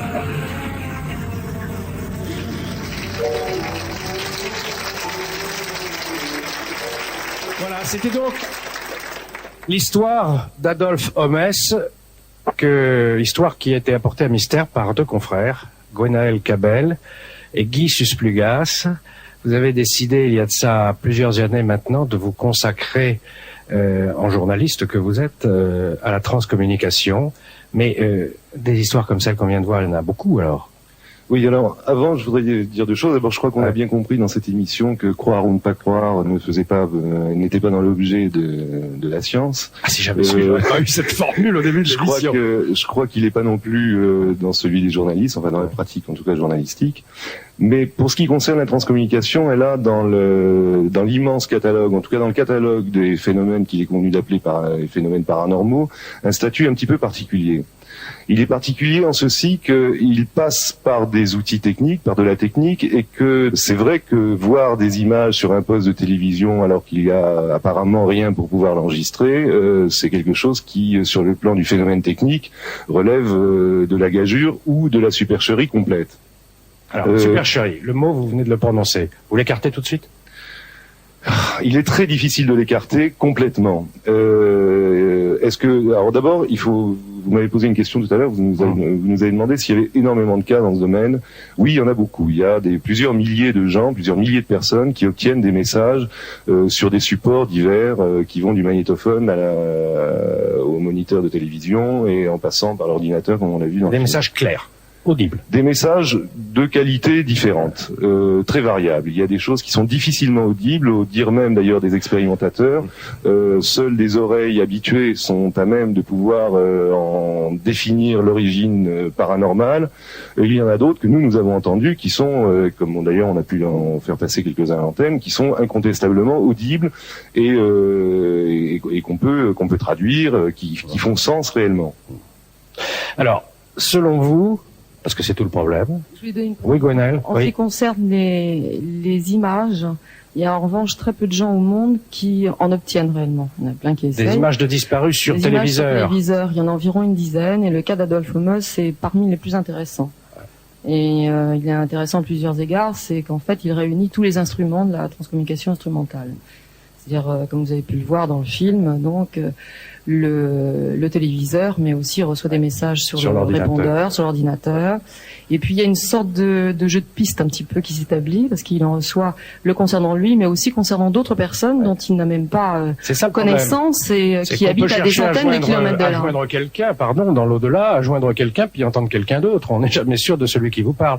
Mais le contenu des messages, quel est-il? Pour l'essentiel, on va dire des petites manifestations, elles portent sur des relations intimes. Elles traitent de l'intimité des personnes qui expérimentent. Et est-ce que ça apporte quelque chose aux gens qui reçoivent ces messages? Alors je peux répondre. Oui. Monique Ruti, oui, psychothérapeute. Oui. Il y a donc du bon et du mauvais, c'est-à-dire qu'il y a des personnes à qui ça apporte une grande consolation et que ça aide à faire leur deuil. Comme elles ont une impression qu'il y a vraiment une continuité, que le lien d'amour n'est pas rompu, ça les aide à faire leur deuil. Et ça, c'est important. Le mauvais côté des choses, c'est qu'il y a des gens qui deviennent obsessionnels. Et j'ai vu des cas de psychose, et de psychose grave. Et d'ailleurs, nous avons tous les trois vu une personne très, très sérieusement atteinte. Et il y a plusieurs cas de personnes qui deviennent psychotiques. Je pense que c'était des gens qui étaient déjà état limite et qui à ce moment-là... Pourquoi Parce qu'ils devraient être plutôt heureux d'obtenir un dialogue avec leur défunt. Non, ce n'est pas une question de bonheur, c'est une question qu'ils deviennent obsessionnels. C'est-à-dire qu'au lieu de vivre, de partir dans la vie, ils se mettent à être sans arrêt, à essayer d'avoir des messages de leurs défunts en permanence. Alors là, j'ai des témoignages à vous faire entendre. J'ai des témoignages à vous faire entendre parce que nous avons... parmi nos invités dans le public, des gens qui ont pratiqué, qui pratiquent encore la transcommunication, mais dont certains d'entre eux ont justement dû arrêter. Et je voudrais surtout entendre le témoignage de Corinne Kizakanin. Corinne Kizakanin, à la suite d'un deuil, a pratiqué la transcommunication longtemps, oui. Et je crois que maintenant vous avez arrêté. Pour le moment, j'ai arrêté, oui, mais disons il y a 5 ans, mon mari est décédé des suites d'un accident de la route, bêtement, comme le sont tous ces accidents, et j'ai donc commencé un petit peu à entrer en contact avec mon mari au travers du magnétophone et donc par la transcommunication instrumentale. Durant à peu près 5 ans, j'ai travaillé avec Madame Monique Simonet et j'ai réussi à obtenir énormément de contacts et dernièrement il s'est passé quand même des phénomènes dont je ne maîtrise absolument pas. Ça veut dire que on a affaire à toutes sortes de personnes, de défunts, et entre autres des suicidés, ou des gens qui sont tombés malades, bref. Et j'ai eu à 3 reprises, c'était plusieurs fois que j'avais obtenu des contacts avec des suicidés, et lorsque un après-midi je faisais un contact avec un de ces suicidés, d'un seul coup j'ai eu vraiment des étouffements très très importants. Et j'ai su après, je dis bien après, car je ne le savais pas avant, que cette personne s'était pendue. La deuxième fois que ça s'est produit 2 mois plus tard, lors d'un enregistrement, j'étais très bien, pareillement, et d'un seul coup, mais des maux de tête vraiment énormes, mais vraiment très très importants. Et j'ai su qu'il s'était mis une balle dans la tête. La 3e fois, ça a été d'une noyade. Et ça, si vous voulez, les 3 fois, c'était concernant des suicidés. Alors je me suis dit, je vais arrêter là, tout du moins les contacts avec les suicidés. Peut-être que le laps de temps entre son décès et le fait d'entrer en contact avec eux n'est trop court. Donc je vais arrêter un petit peu avec eux et je vais continuer avec d'autres défunts qui sont partis, entre guillemets, normalement, des suites d'une maladie ou quoi. Et le dernier, ça a été un homme d'un certain âge qui était parti d'une crise cardiaque. Et là, j'ai eu très peur. Là, j'ai eu très peur. Parce que là, je me suis sentie vraiment partir. J'ai fait des examens, j'ai eu très peur. Et je dois reconnaître aujourd'hui, bon, j'ai mes 2 petites filles qui ont 8 et 9 ans, et je dois reconnaître aujourd'hui que je ne maîtrise pas ça. Ça veut dire qu'il s'est passé quelque chose, je ne maîtrise absolument pas. Donc, à partir de ce moment-là, j'ai eu très peur. Si on ne me dit pas, tout du moins, comment maîtriser ce genre de phénomène, pour l'instant, j'arrête. Bien. Sur le témoignage de Corinne Kizakanin, il est intéressant d'entendre le point de vue d'un médecin et d'un médecin psychiatre. Nous avons entendu tout à l'heure Monique Ruti, mais vous, docteur Gabriel Cotin, qu'est-ce que vous en pensez? Alors, je rejoins beaucoup ce que Monique disait tout à l'heure, à savoir que dans les phénomènes de deuil pathologique, de deuil non fait, que ce soit à titre individuel ou à titre collectif, ce sont des phénomènes de deuil difficiles, voire impossibles, et qui se traduisent par différents phénomènes intrapsychiques dont... Reste bien sûr, et peut-être que la science y arrivera un jour, à trouver quelle est exactement l'origine de ces voix, car à celui qui ne vit pas de telles expériences, il est bien sûr permis de douter, de s'interroger, comme le faisait le professeur Rémi Chauvin dans le film, si ce n'était pas quelque part la projection de l'inconscient de celui qui appelle, qui fabriquerait en quelque sorte, comme par psychokinèse, des sons sur la bande magnétique. Si vous le permettez, Alexandre, je voudrais juste ajouter un mot. Ce phénomène-là, semble-t-il, par le jeu des médias, semble s'étaler quand même largement dans la presse et à la télévision. Il peut aussi inspirer beaucoup de petits malins à faire ou à pratiquer des supercheries qui pourraient être prises pour quelque chose de vrai ou d'être en face d'un réel phénomène. Et je crois qu'il faut en avertir les gens. Merci Guy. Bon, professeur Escande, nous allons maintenant regarder une histoire très très belle qui, je pense, vous intéressera en tant que médecin. Il s'agit d'une guérison inexpliquée. Certains les appellent miraculeuses, vous avez dû en voir. Et des miracles, il n'y en a pas qu'à Lourdes. Celle que nous allons vous montrer maintenant, qui est la guérison d'un petit Américain qui s'appelle toujours, car il va très bien, Chucky McGivern, présente aux yeux des spécialistes un caractère tout à fait inhabituel. C'est ce qu'on va voir maintenant. C'est il y a 10 ans, au moment des fêtes de Noël, que le petit Chucky McGivern, âgé de 11 ans, a vécu une expérience extraordinaire. Il était au lit depuis quelques jours car il avait de la fièvre. Et ce matin-là, son frère aîné appelle affolé ses parents, car Chucky semble avoir perdu connaissance. Chucky. Chuck. Chucky. Chuck. Chucky, allez mon chéri, réveille-toi. Chucky. Chéri, il est glacé. Je vais appeler le médecin. Chucky est transporté d'urgence à l'hôpital. Il est dans le coma. Son cerveau a enflé. Les médecins sont tout de suite intervenus pour le mettre sous assistance et son état s'est stabilisé. Au bout d'1 heure et demie, ses parents sont autorisés à le voir. Le diagnostic est terrible. Chucky est atteint du syndrome de Reis, une maladie très grave du système nerveux qui atteint le cerveau et le foie, qui ne touche que les enfants et qui est souvent mortelle. Sa peau était dure et très froide. Et elle était toute blanche. Il avait des boulons vissés sur sa tête et il avait des tubes qui sortaient de ses reins et de son nez. Le pire, c'était ces boulons sur sa tête. Tous ses organes et même son foie étaient reliés à une machine. J'étais bouleversée, complètement bouleversée.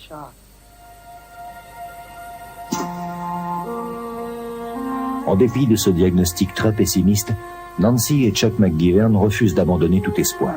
Pour être plus près de leur fils, ils s'installent à l'hôpital. Comment est-il? Je dois être honnête avec vous. Votre fils est très malade. Mais il va s'en tirer. Pour le moment, je ne peux pas me prononcer. Et quelles sont ses chances exactement? Je ne suis pas très optimiste. Même s'il s'en sort, dans les cas graves de syndrome de Reis, il est possible qu'il y ait des séquelles au cerveau. Je suis désolé, mais je crois qu'il est préférable que vous sachiez la vérité. Merci, je vous en prie.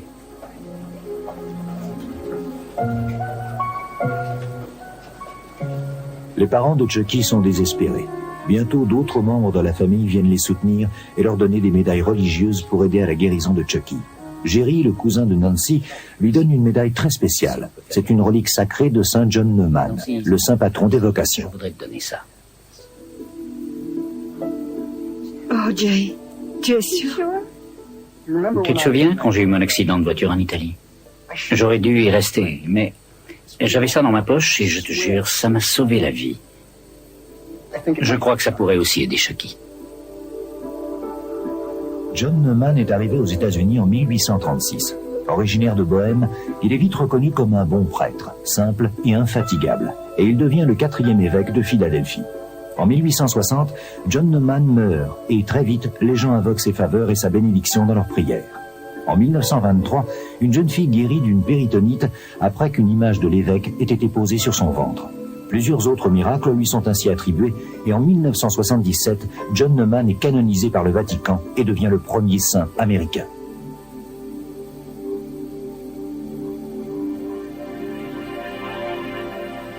Nancy McGivern, qui se raccroche au moindre espoir, épingle la relique sur l'oreiller de Chucky.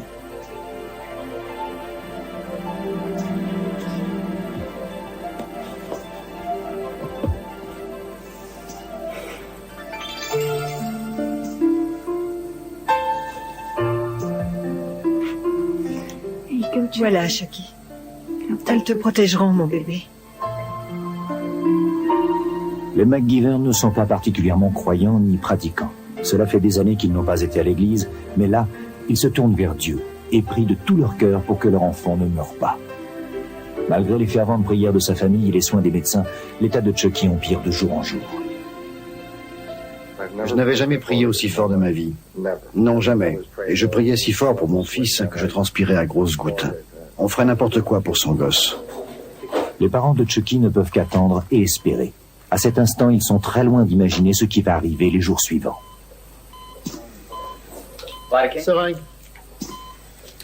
Un ou 2 jours plus tard, ses poumons se sont bloqués. Au moment où j'arrivais, il y avait 2 infirmières. Elles ne savaient pas que j'étais là. Elles étaient juste derrière la porte. Elles étaient en train de regarder ces radios et quand je suis entrée, je les ai entendues dire qu'il n'allait pas s'en tirer.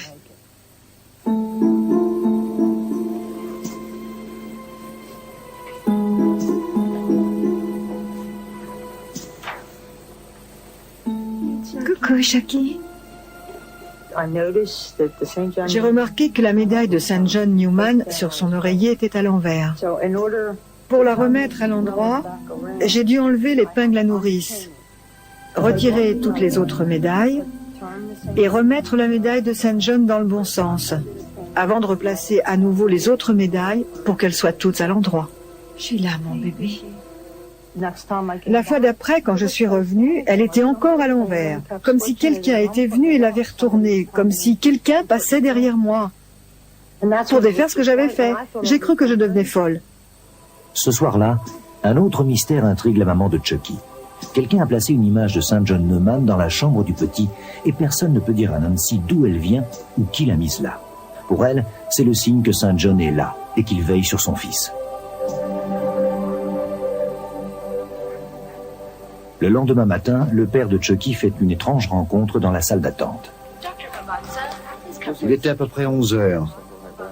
J'étais devant la télévision et soudain, il y a un petit garçon qui est entré. Il regardait toutes les personnes de la pièce. Il a regardé ma femme et il a commencé à me regarder. Je l'ai regardé aussi en pensant que ses parents allaient sans doute arriver et je me demandais pourquoi ce petit était tout seul. Et il a continué à observer autour de lui. Puis il m'a fixé de nouveau et il est sorti. Plus tard dans la journée, l'infirmière m'a dit « On a eu un petit incident, rien de grave, mais il y a un petit garçon qui est venu rendre visite à Chucky. » Je suis venue voir Chucky. Comment tu es arrivé ici? Je voulais seulement voir Chucky. Reviens, reviens, attends une seconde. Excusez-moi.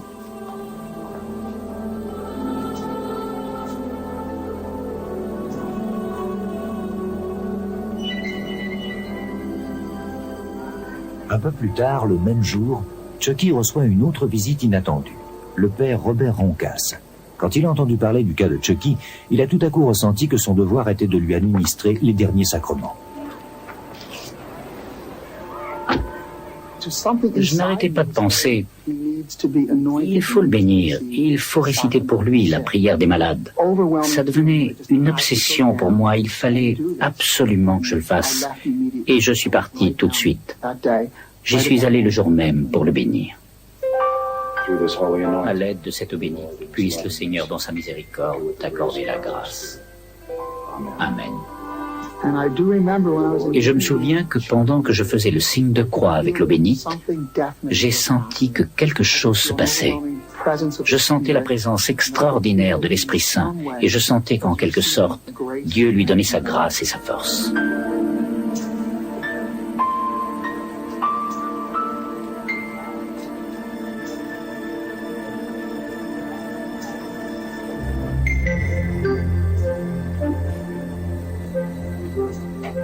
Et moins d'une heure plus tard, l'impossible va se produire.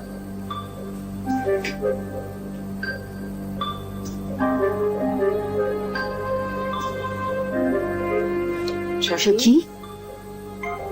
Chucky? Immédiatement, ses parents sont appelés près de lui. Mon bébé. Chucky? On était désespérés. On pensait que notre enfant allait mourir. Mais maintenant, il s'en sortait et c'était extraordinaire. On a prévenu tout le monde par téléphone qu'il allait mieux. Mais cette guérison s'est passée tellement vite que c'était incroyable. En quelques heures, Chucky s'assoit sur son lit. Les appareils d'assistance et de survie sont débranchés. Pour ses parents, c'est un miracle. Où sont tous mes cadeaux? Quel cadeau, mon chéri? Il y avait plein. Chucky va alors raconter à ses parents un rêve étrange qu'il a fait durant son coma. Qui est là aussi. Je me souviens que quand je me suis réveillé, je ne comprenais pas parce que je ne savais pas si c'était un rêve ou si c'était vraiment arrivé. Tous ces enfants asiatiques étaient autour de moi. Ils sortaient des cadeaux de toutes sortes et il y avait un petit garçon en particulier qui est resté à mon chevet. À la surprise de ses parents, le garçon qu'il décrit ressemble à l'enfant que son père et les médecins ont vu dans l'hôpital. Le garçon dans mon rêve était mon meilleur ami. Il était tout le temps présent et il me donnait de la force chaque fois que je ne me sentais pas très bien. Il était là et il me rassurait. Et en quelque sorte, il symbolisait le meilleur ami que j'aurais pu avoir, même dans la réalité. Une semaine exactement après être tombé dans le coma et quelques jours avant Noël, le petit Chucky McGivern quitte l'hôpital. Au revoir. Au revoir. Le médecin a dit qu'il n'avait jamais vu un malade aussi gravement atteint guérir aussi vite. 3 mois plus tard, on y est retourné et ils ont refait des examens. Et les médecins ont dit « c'est comme s'il n'avait jamais été malade, comme si rien n'était arrivé ». Nous entrons maintenant dans le sanctuaire de Saint John Newman. C'est un sanctuaire car, comme vous le savez, ici repose le corps de Saint John Newman. Quand il est mort en 1860, il était l'évêque de Philadelphie. On l'a amené à l'église Saint-Pierre pour l'enterrer et pendant de nombreuses années... 2 semaines après sa sortie de l'hôpital, les parents de Chucky l'ont emmené au sanctuaire de Saint John Neumann pour le remercier. Et c'est là que Chucky va faire une découverte étonnante.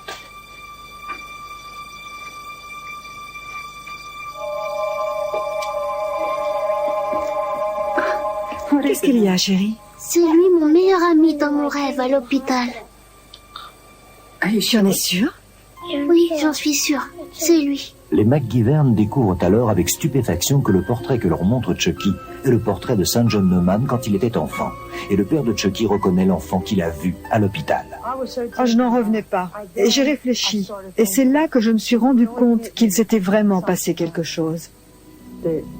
Saint John Newman avait fait quelque chose pour lui. Et d'une certaine façon, ils étaient reliés. C'est difficile à croire, je sais pas ce qu'il y a eu. Et même maintenant, je sais toujours pas. Parce qu'il est comme tout le monde. Il est comme n'importe quel garçon de son âge. Il doit y avoir une raison, mais je sais pas. La raison pour laquelle Saint John m'a aidé, j'en ai pas la moindre idée. C'est quelque chose que je ne pourrai jamais expliquer. Mais je sais qu'on vénère Saint John et qu'il sera toujours là pour moi. Et ça, c'est vraiment bien de savoir qu'il sera toujours à mes côtés. Saint John Neumann est-il vraiment apparu à l'hôpital et dans le rêve de Chucky pour lui transmettre la grâce divine et le guérir? Ou bien s'agit-il d'une rémission spontanée de la maladie, un phénomène extrêmement rare et encore inexpliqué par les médecins?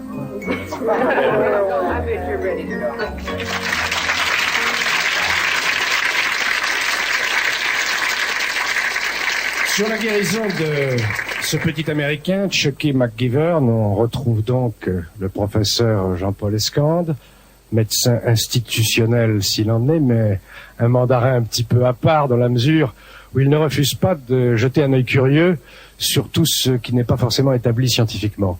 J'imagine, professeur, que des guérisons, je ne les dirais pas miraculeuses, je dirais inexplicables, vous en avez rencontré beaucoup. Oh, beaucoup. Non, malheureusement, j'aurais voulu en rencontrer plus, mais j'ai vu des cas qui, effectivement, étaient pour le moins surprenants. Alors, moi, je ne vois strictement aucun miracle là-dedans. Simplement, je vois de l'inattendu total. J'ai vu le contraire aussi, hein. Mais alors, vous ne voyez aucun miracle. Est-ce qu'il y a plus de guérisons inexpliquées en rapport avec la foi que quand la foi est absente? Alors, la foi. C'est sûr que nous vivons dans un siècle où la foi n'est pas ce qui domine.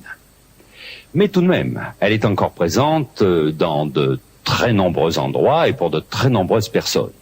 Des guérisons inexpliquées, totalement inexpliquées, j'en ai vu, et je suis tout à fait en mesure de me poser la question, qu'est-ce qui a déclenché le retour en arrière d'un processus qui ne me semblait pas pouvoir être freiné?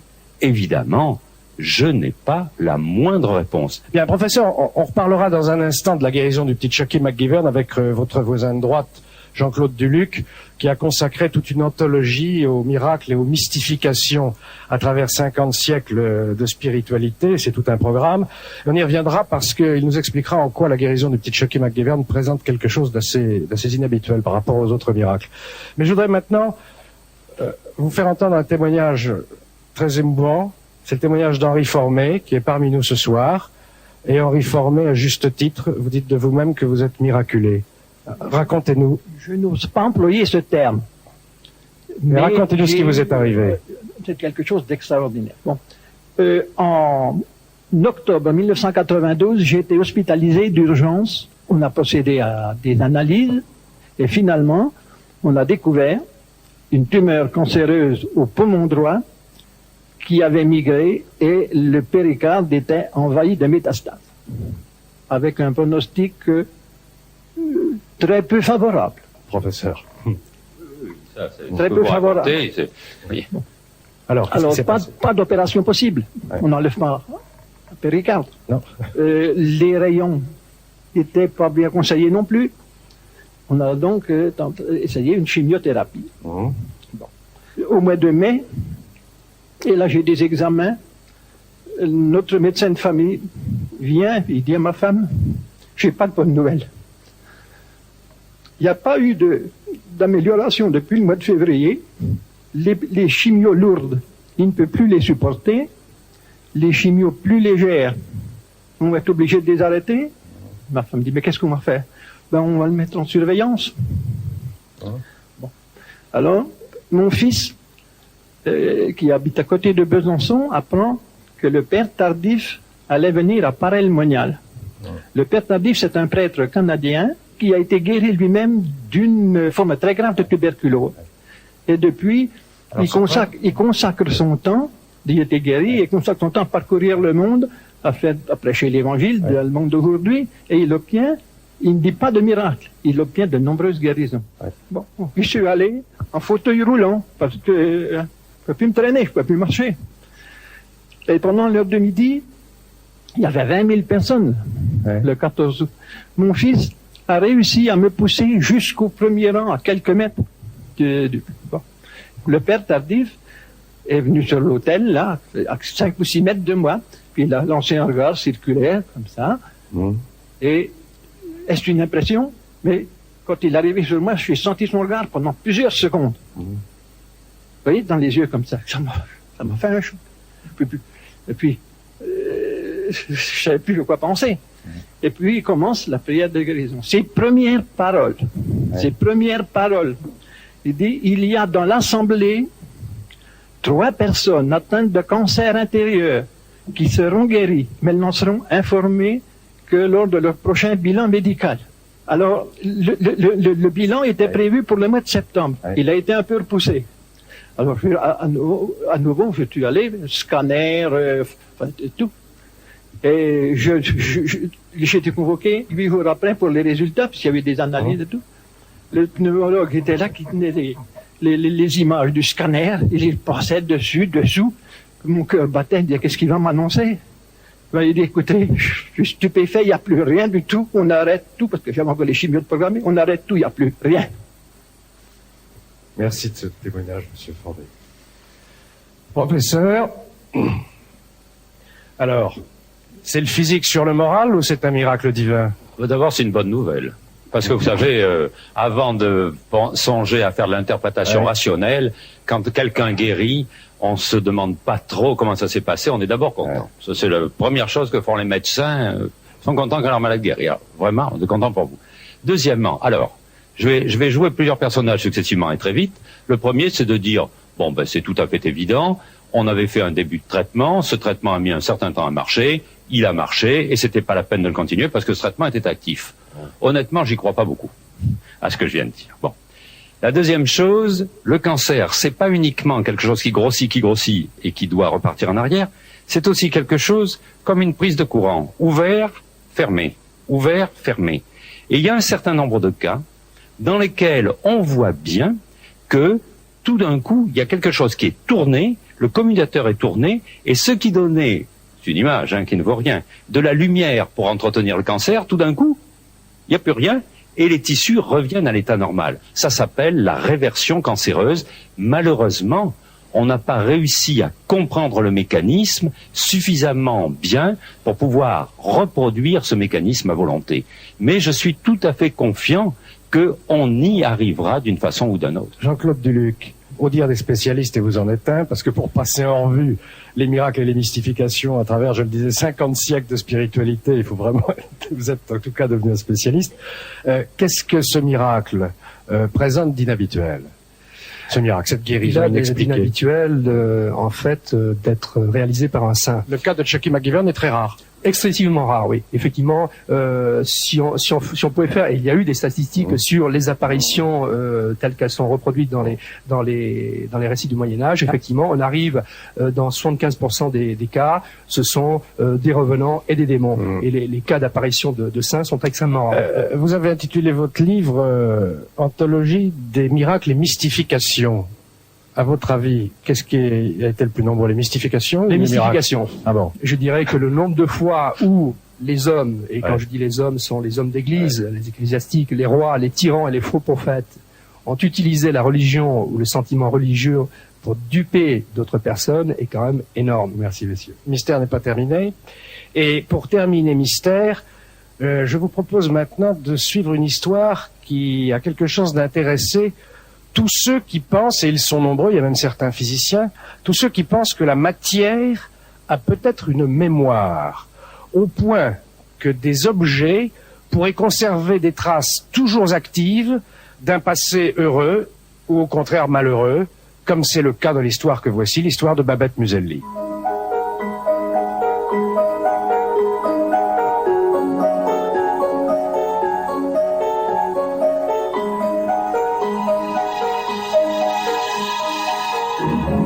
Il y a des objets très mystérieux et des objets qui vous rendent mal à l'aise. Les objets ont une certaine âme, les objets ont une vie et ils ont aussi une mort. Certains ont une mort. C'est en achetant cette bague ancienne que Babette Muselli va découvrir que les bijoux ont peut-être une âme. Malgré le prix élevé du bijou, Babette ne peut résister. Elle est ravie et sans attendre, elle glisse à son doigt l'améthyste serti de brillant.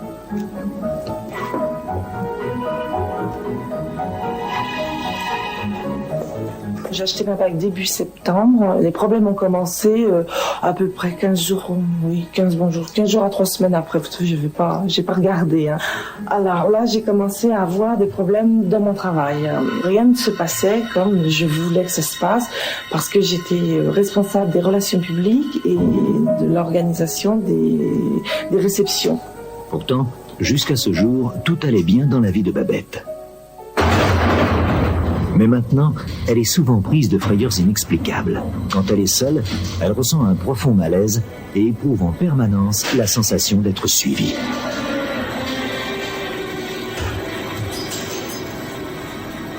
Que se passe-t-il? Elle sent un fluide glacé sur sa nuque et des coups de poing lui martèlent la poitrine.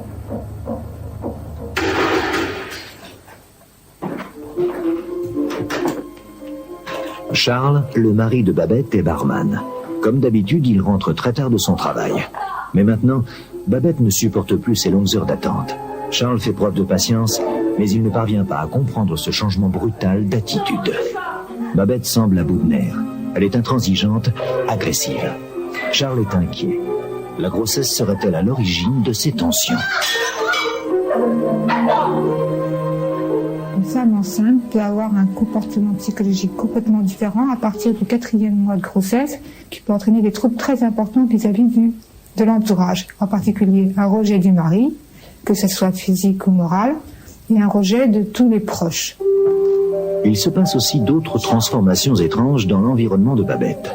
Ces plantes, dont elle est si fière et qu'elle soigne avec tant d'attention, se mettent à mourir soudainement. Oui, il y a 3 jours. Et regarde l'autre. J'avais dans l'appartement des plantes vertes dont je m'occupais bien. Enfin, j'avais la main verte, comme on dit. Et toutes ces plantes mouraient. On aurait dit qu'elles subissaient le malaise de ma femme, de Babette. Babette arrive enfin au terme de sa grossesse.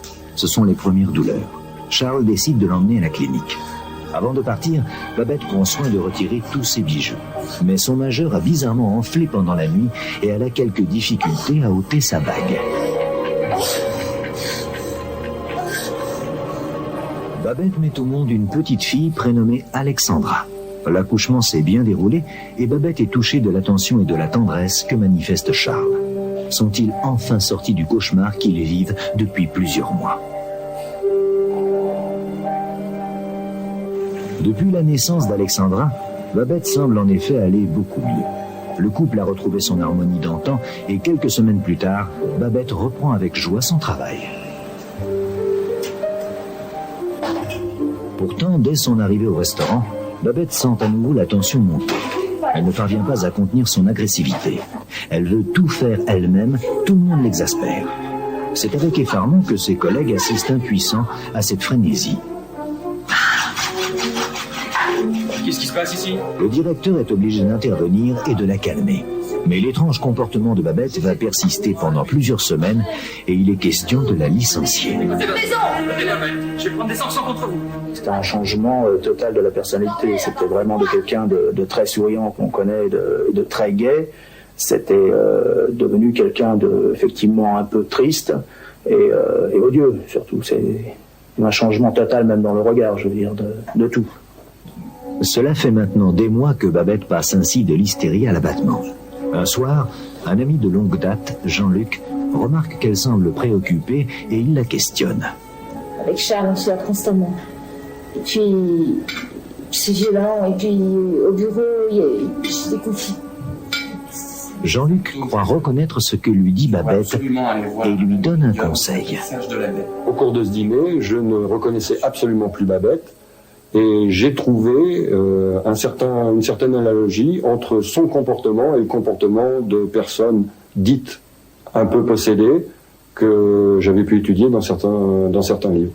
Et l'idée est venue à ce moment-là de la présenter à Monsieur Deladé. Babette est sceptique. Elle préfère consulter son médecin, mais elle ne va pas bien. Elle se résout, malgré ses réticences, à prendre rendez-vous chez le médium Serge Deladé.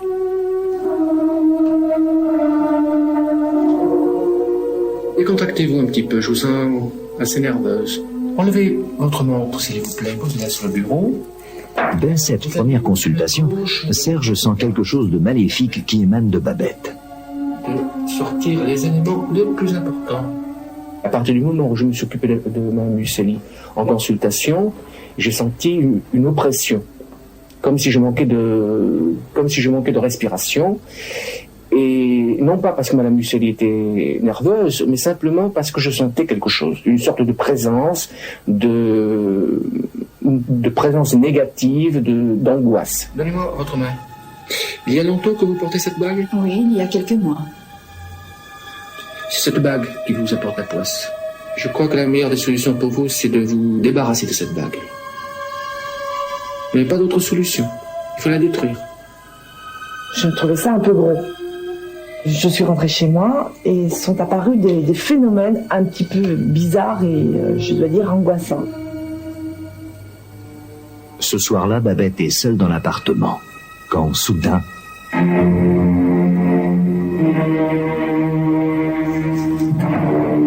J'étais en train de me maquiller et je sentais comme quelque chose derrière moi. Vous savez, comme quelqu'un qui vous frôle ou quelqu'un qui... Je sentais vraiment une présence. J'en ai encore froid dans le dos. Donc, tout d'un coup, j'ai vu derrière moi comme une silhouette, comme une figure de femme.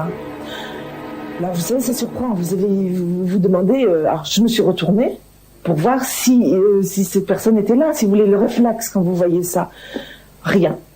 Rien du tout. La silhouette, la tête, la personne est partie. Depuis quelque temps, le sommeil de Babette est très perturbé. Elle se réveille en proie à des crises d'angoisse de plus en plus fortes. Chaque nuit, elle entend maintenant des bruits de pas dans l'appartement.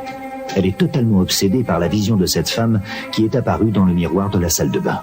À plusieurs reprises, elle se lève et visite chaque pièce pour vérifier qu'il n'y a personne. Et pourtant, Babette continue de sentir cette présence oppressante. L'appartement semble vide, mais Babette sait que l'inconnu est là. Paniquée, Babette va téléphoner au médium. Écoutez, vous savez ce que je vous ai dit l'autre jour, de toute façon la situation est dramatique pour vous. Il faut absolument vous débarrasser de cette bague parce que... Babette finit par céder. Ses difficultés ont en effet commencé dès qu'elle a acheté cette bague. Il lui faut donc se séparer du bijou. Mais ce matin-là, son doigt est tellement enflé qu'elle est obligée d'aller chez un bijoutier pour qu'il la lui retire. Non, pas du tout. C'est un appareil spécial pour couper les bagues, il n'y a aucun problème. Voilà, c'est parfait. Je peux pas savoir comme ça me soulage. Mais Babette sait que cela ne suffit pas.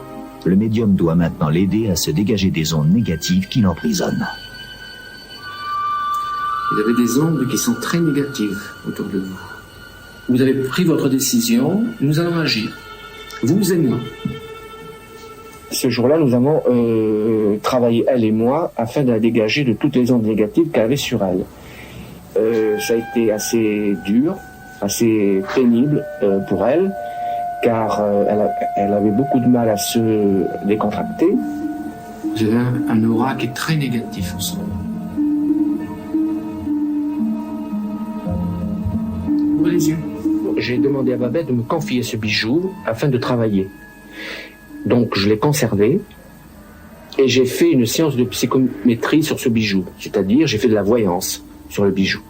Et le bijou m'a raconté son histoire. Son ancienne propriétaire avait été une femme de 49 ans, belle, élégante, une dame très mondaine, qui était morte d'un cancer du sein après des années de souffrance dans un lit d'hôpital, qu'elle avait été d'une certaine manière négligée par ses enfants et plus ou moins rejetée par son mari, et que pendant des années, ce bijou s'était imprégné de toutes les ondes négatives que cette femme avait pu ressentir, et je me suis incorporé dans la personnalité de cette femme. J'ai ressenti exactement ce que ressentait cette personne. J'ai eu une douleur au côté gauche, l'impression d'un coup de couteau. Mon esprit se baladait dans de longs couloirs d'hôpitaux, dans une rue. Je voyais d'une façon assez distincte une façade d'immeuble. Je savais exactement où j'étais, c'est-à-dire que j'ai reconnu, parce que vraiment je l'ai reconnu, j'ai reconnu le quartier et j'ai reconnu une église qui pouvait me servir de point de ralliement. C'est-à-dire que Babette est en train de revivre à quelques années de distance ce qu'avait vécu la première propriétaire du bijou.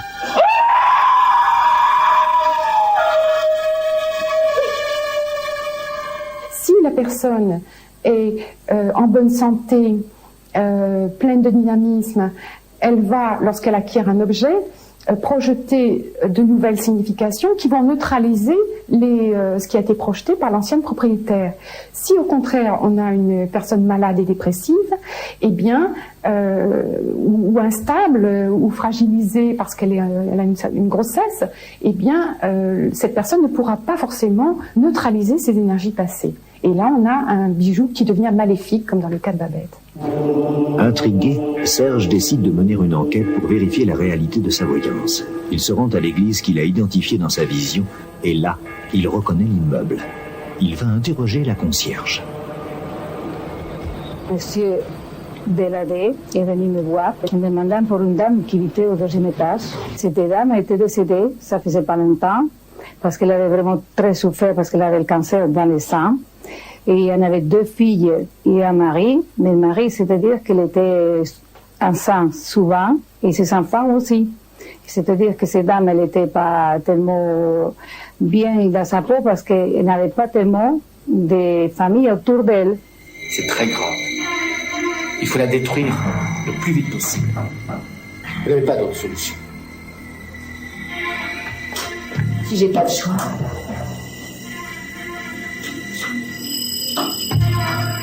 J'avais l'impression qu'il dégageait quelque chose de ses mains, si vous voulez.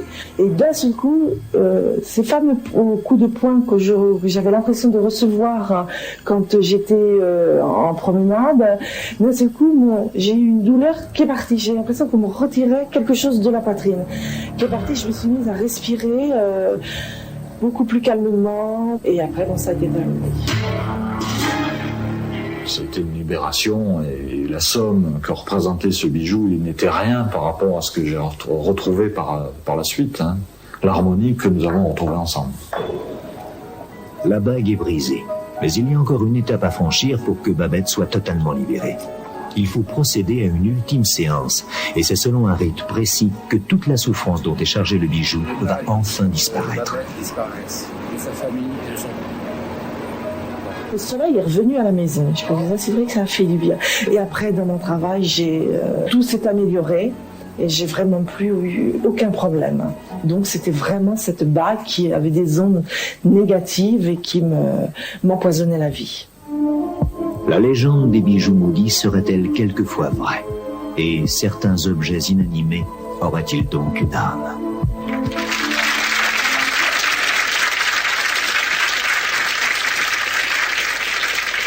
Voilà. Comme quoi, quand on achète un bijou d'occasion, il vaut mieux regarder à 2 fois. Enfin, aujourd'hui, Babette Muselli va très très bien. Avant de nous quitter, 2 choses importantes à vous dire. 3615 code TF1, vous le savez maintenant, c'est pour venir assister à Mystère. Mais alors, attention, je lance un appel à tous les jumeaux et à toutes les jumelles. La prochaine émission de Mystère traitera justement du mystère de ce que l'on appelle la gémellité. C'est le fait d'être jumeaux. Il leur arrive des choses extraordinaires. Même si on les sépare dès la naissance, ils se mettent à vivre les mêmes événements, à avoir les mêmes sensations, même s'ils sont éloignés, chacun un bout à l'autre du monde. Alors, je demande à tous les jumeaux et à toutes les jumelles qui voudraient venir participer, suivre la prochaine émission de Mystère, de faire, comme tout le monde, 3615, code TF1. Et puis, vous le savez aussi, ceux d'entre vous qui ont des histoires extraordinaires qui leur sont arrivées ou dont ils ont été les témoins peuvent nous les communiquer. Mystère, boîte postale 2008 92 518 Boulogne-Cedex, comme c'est écrit sur votre écran.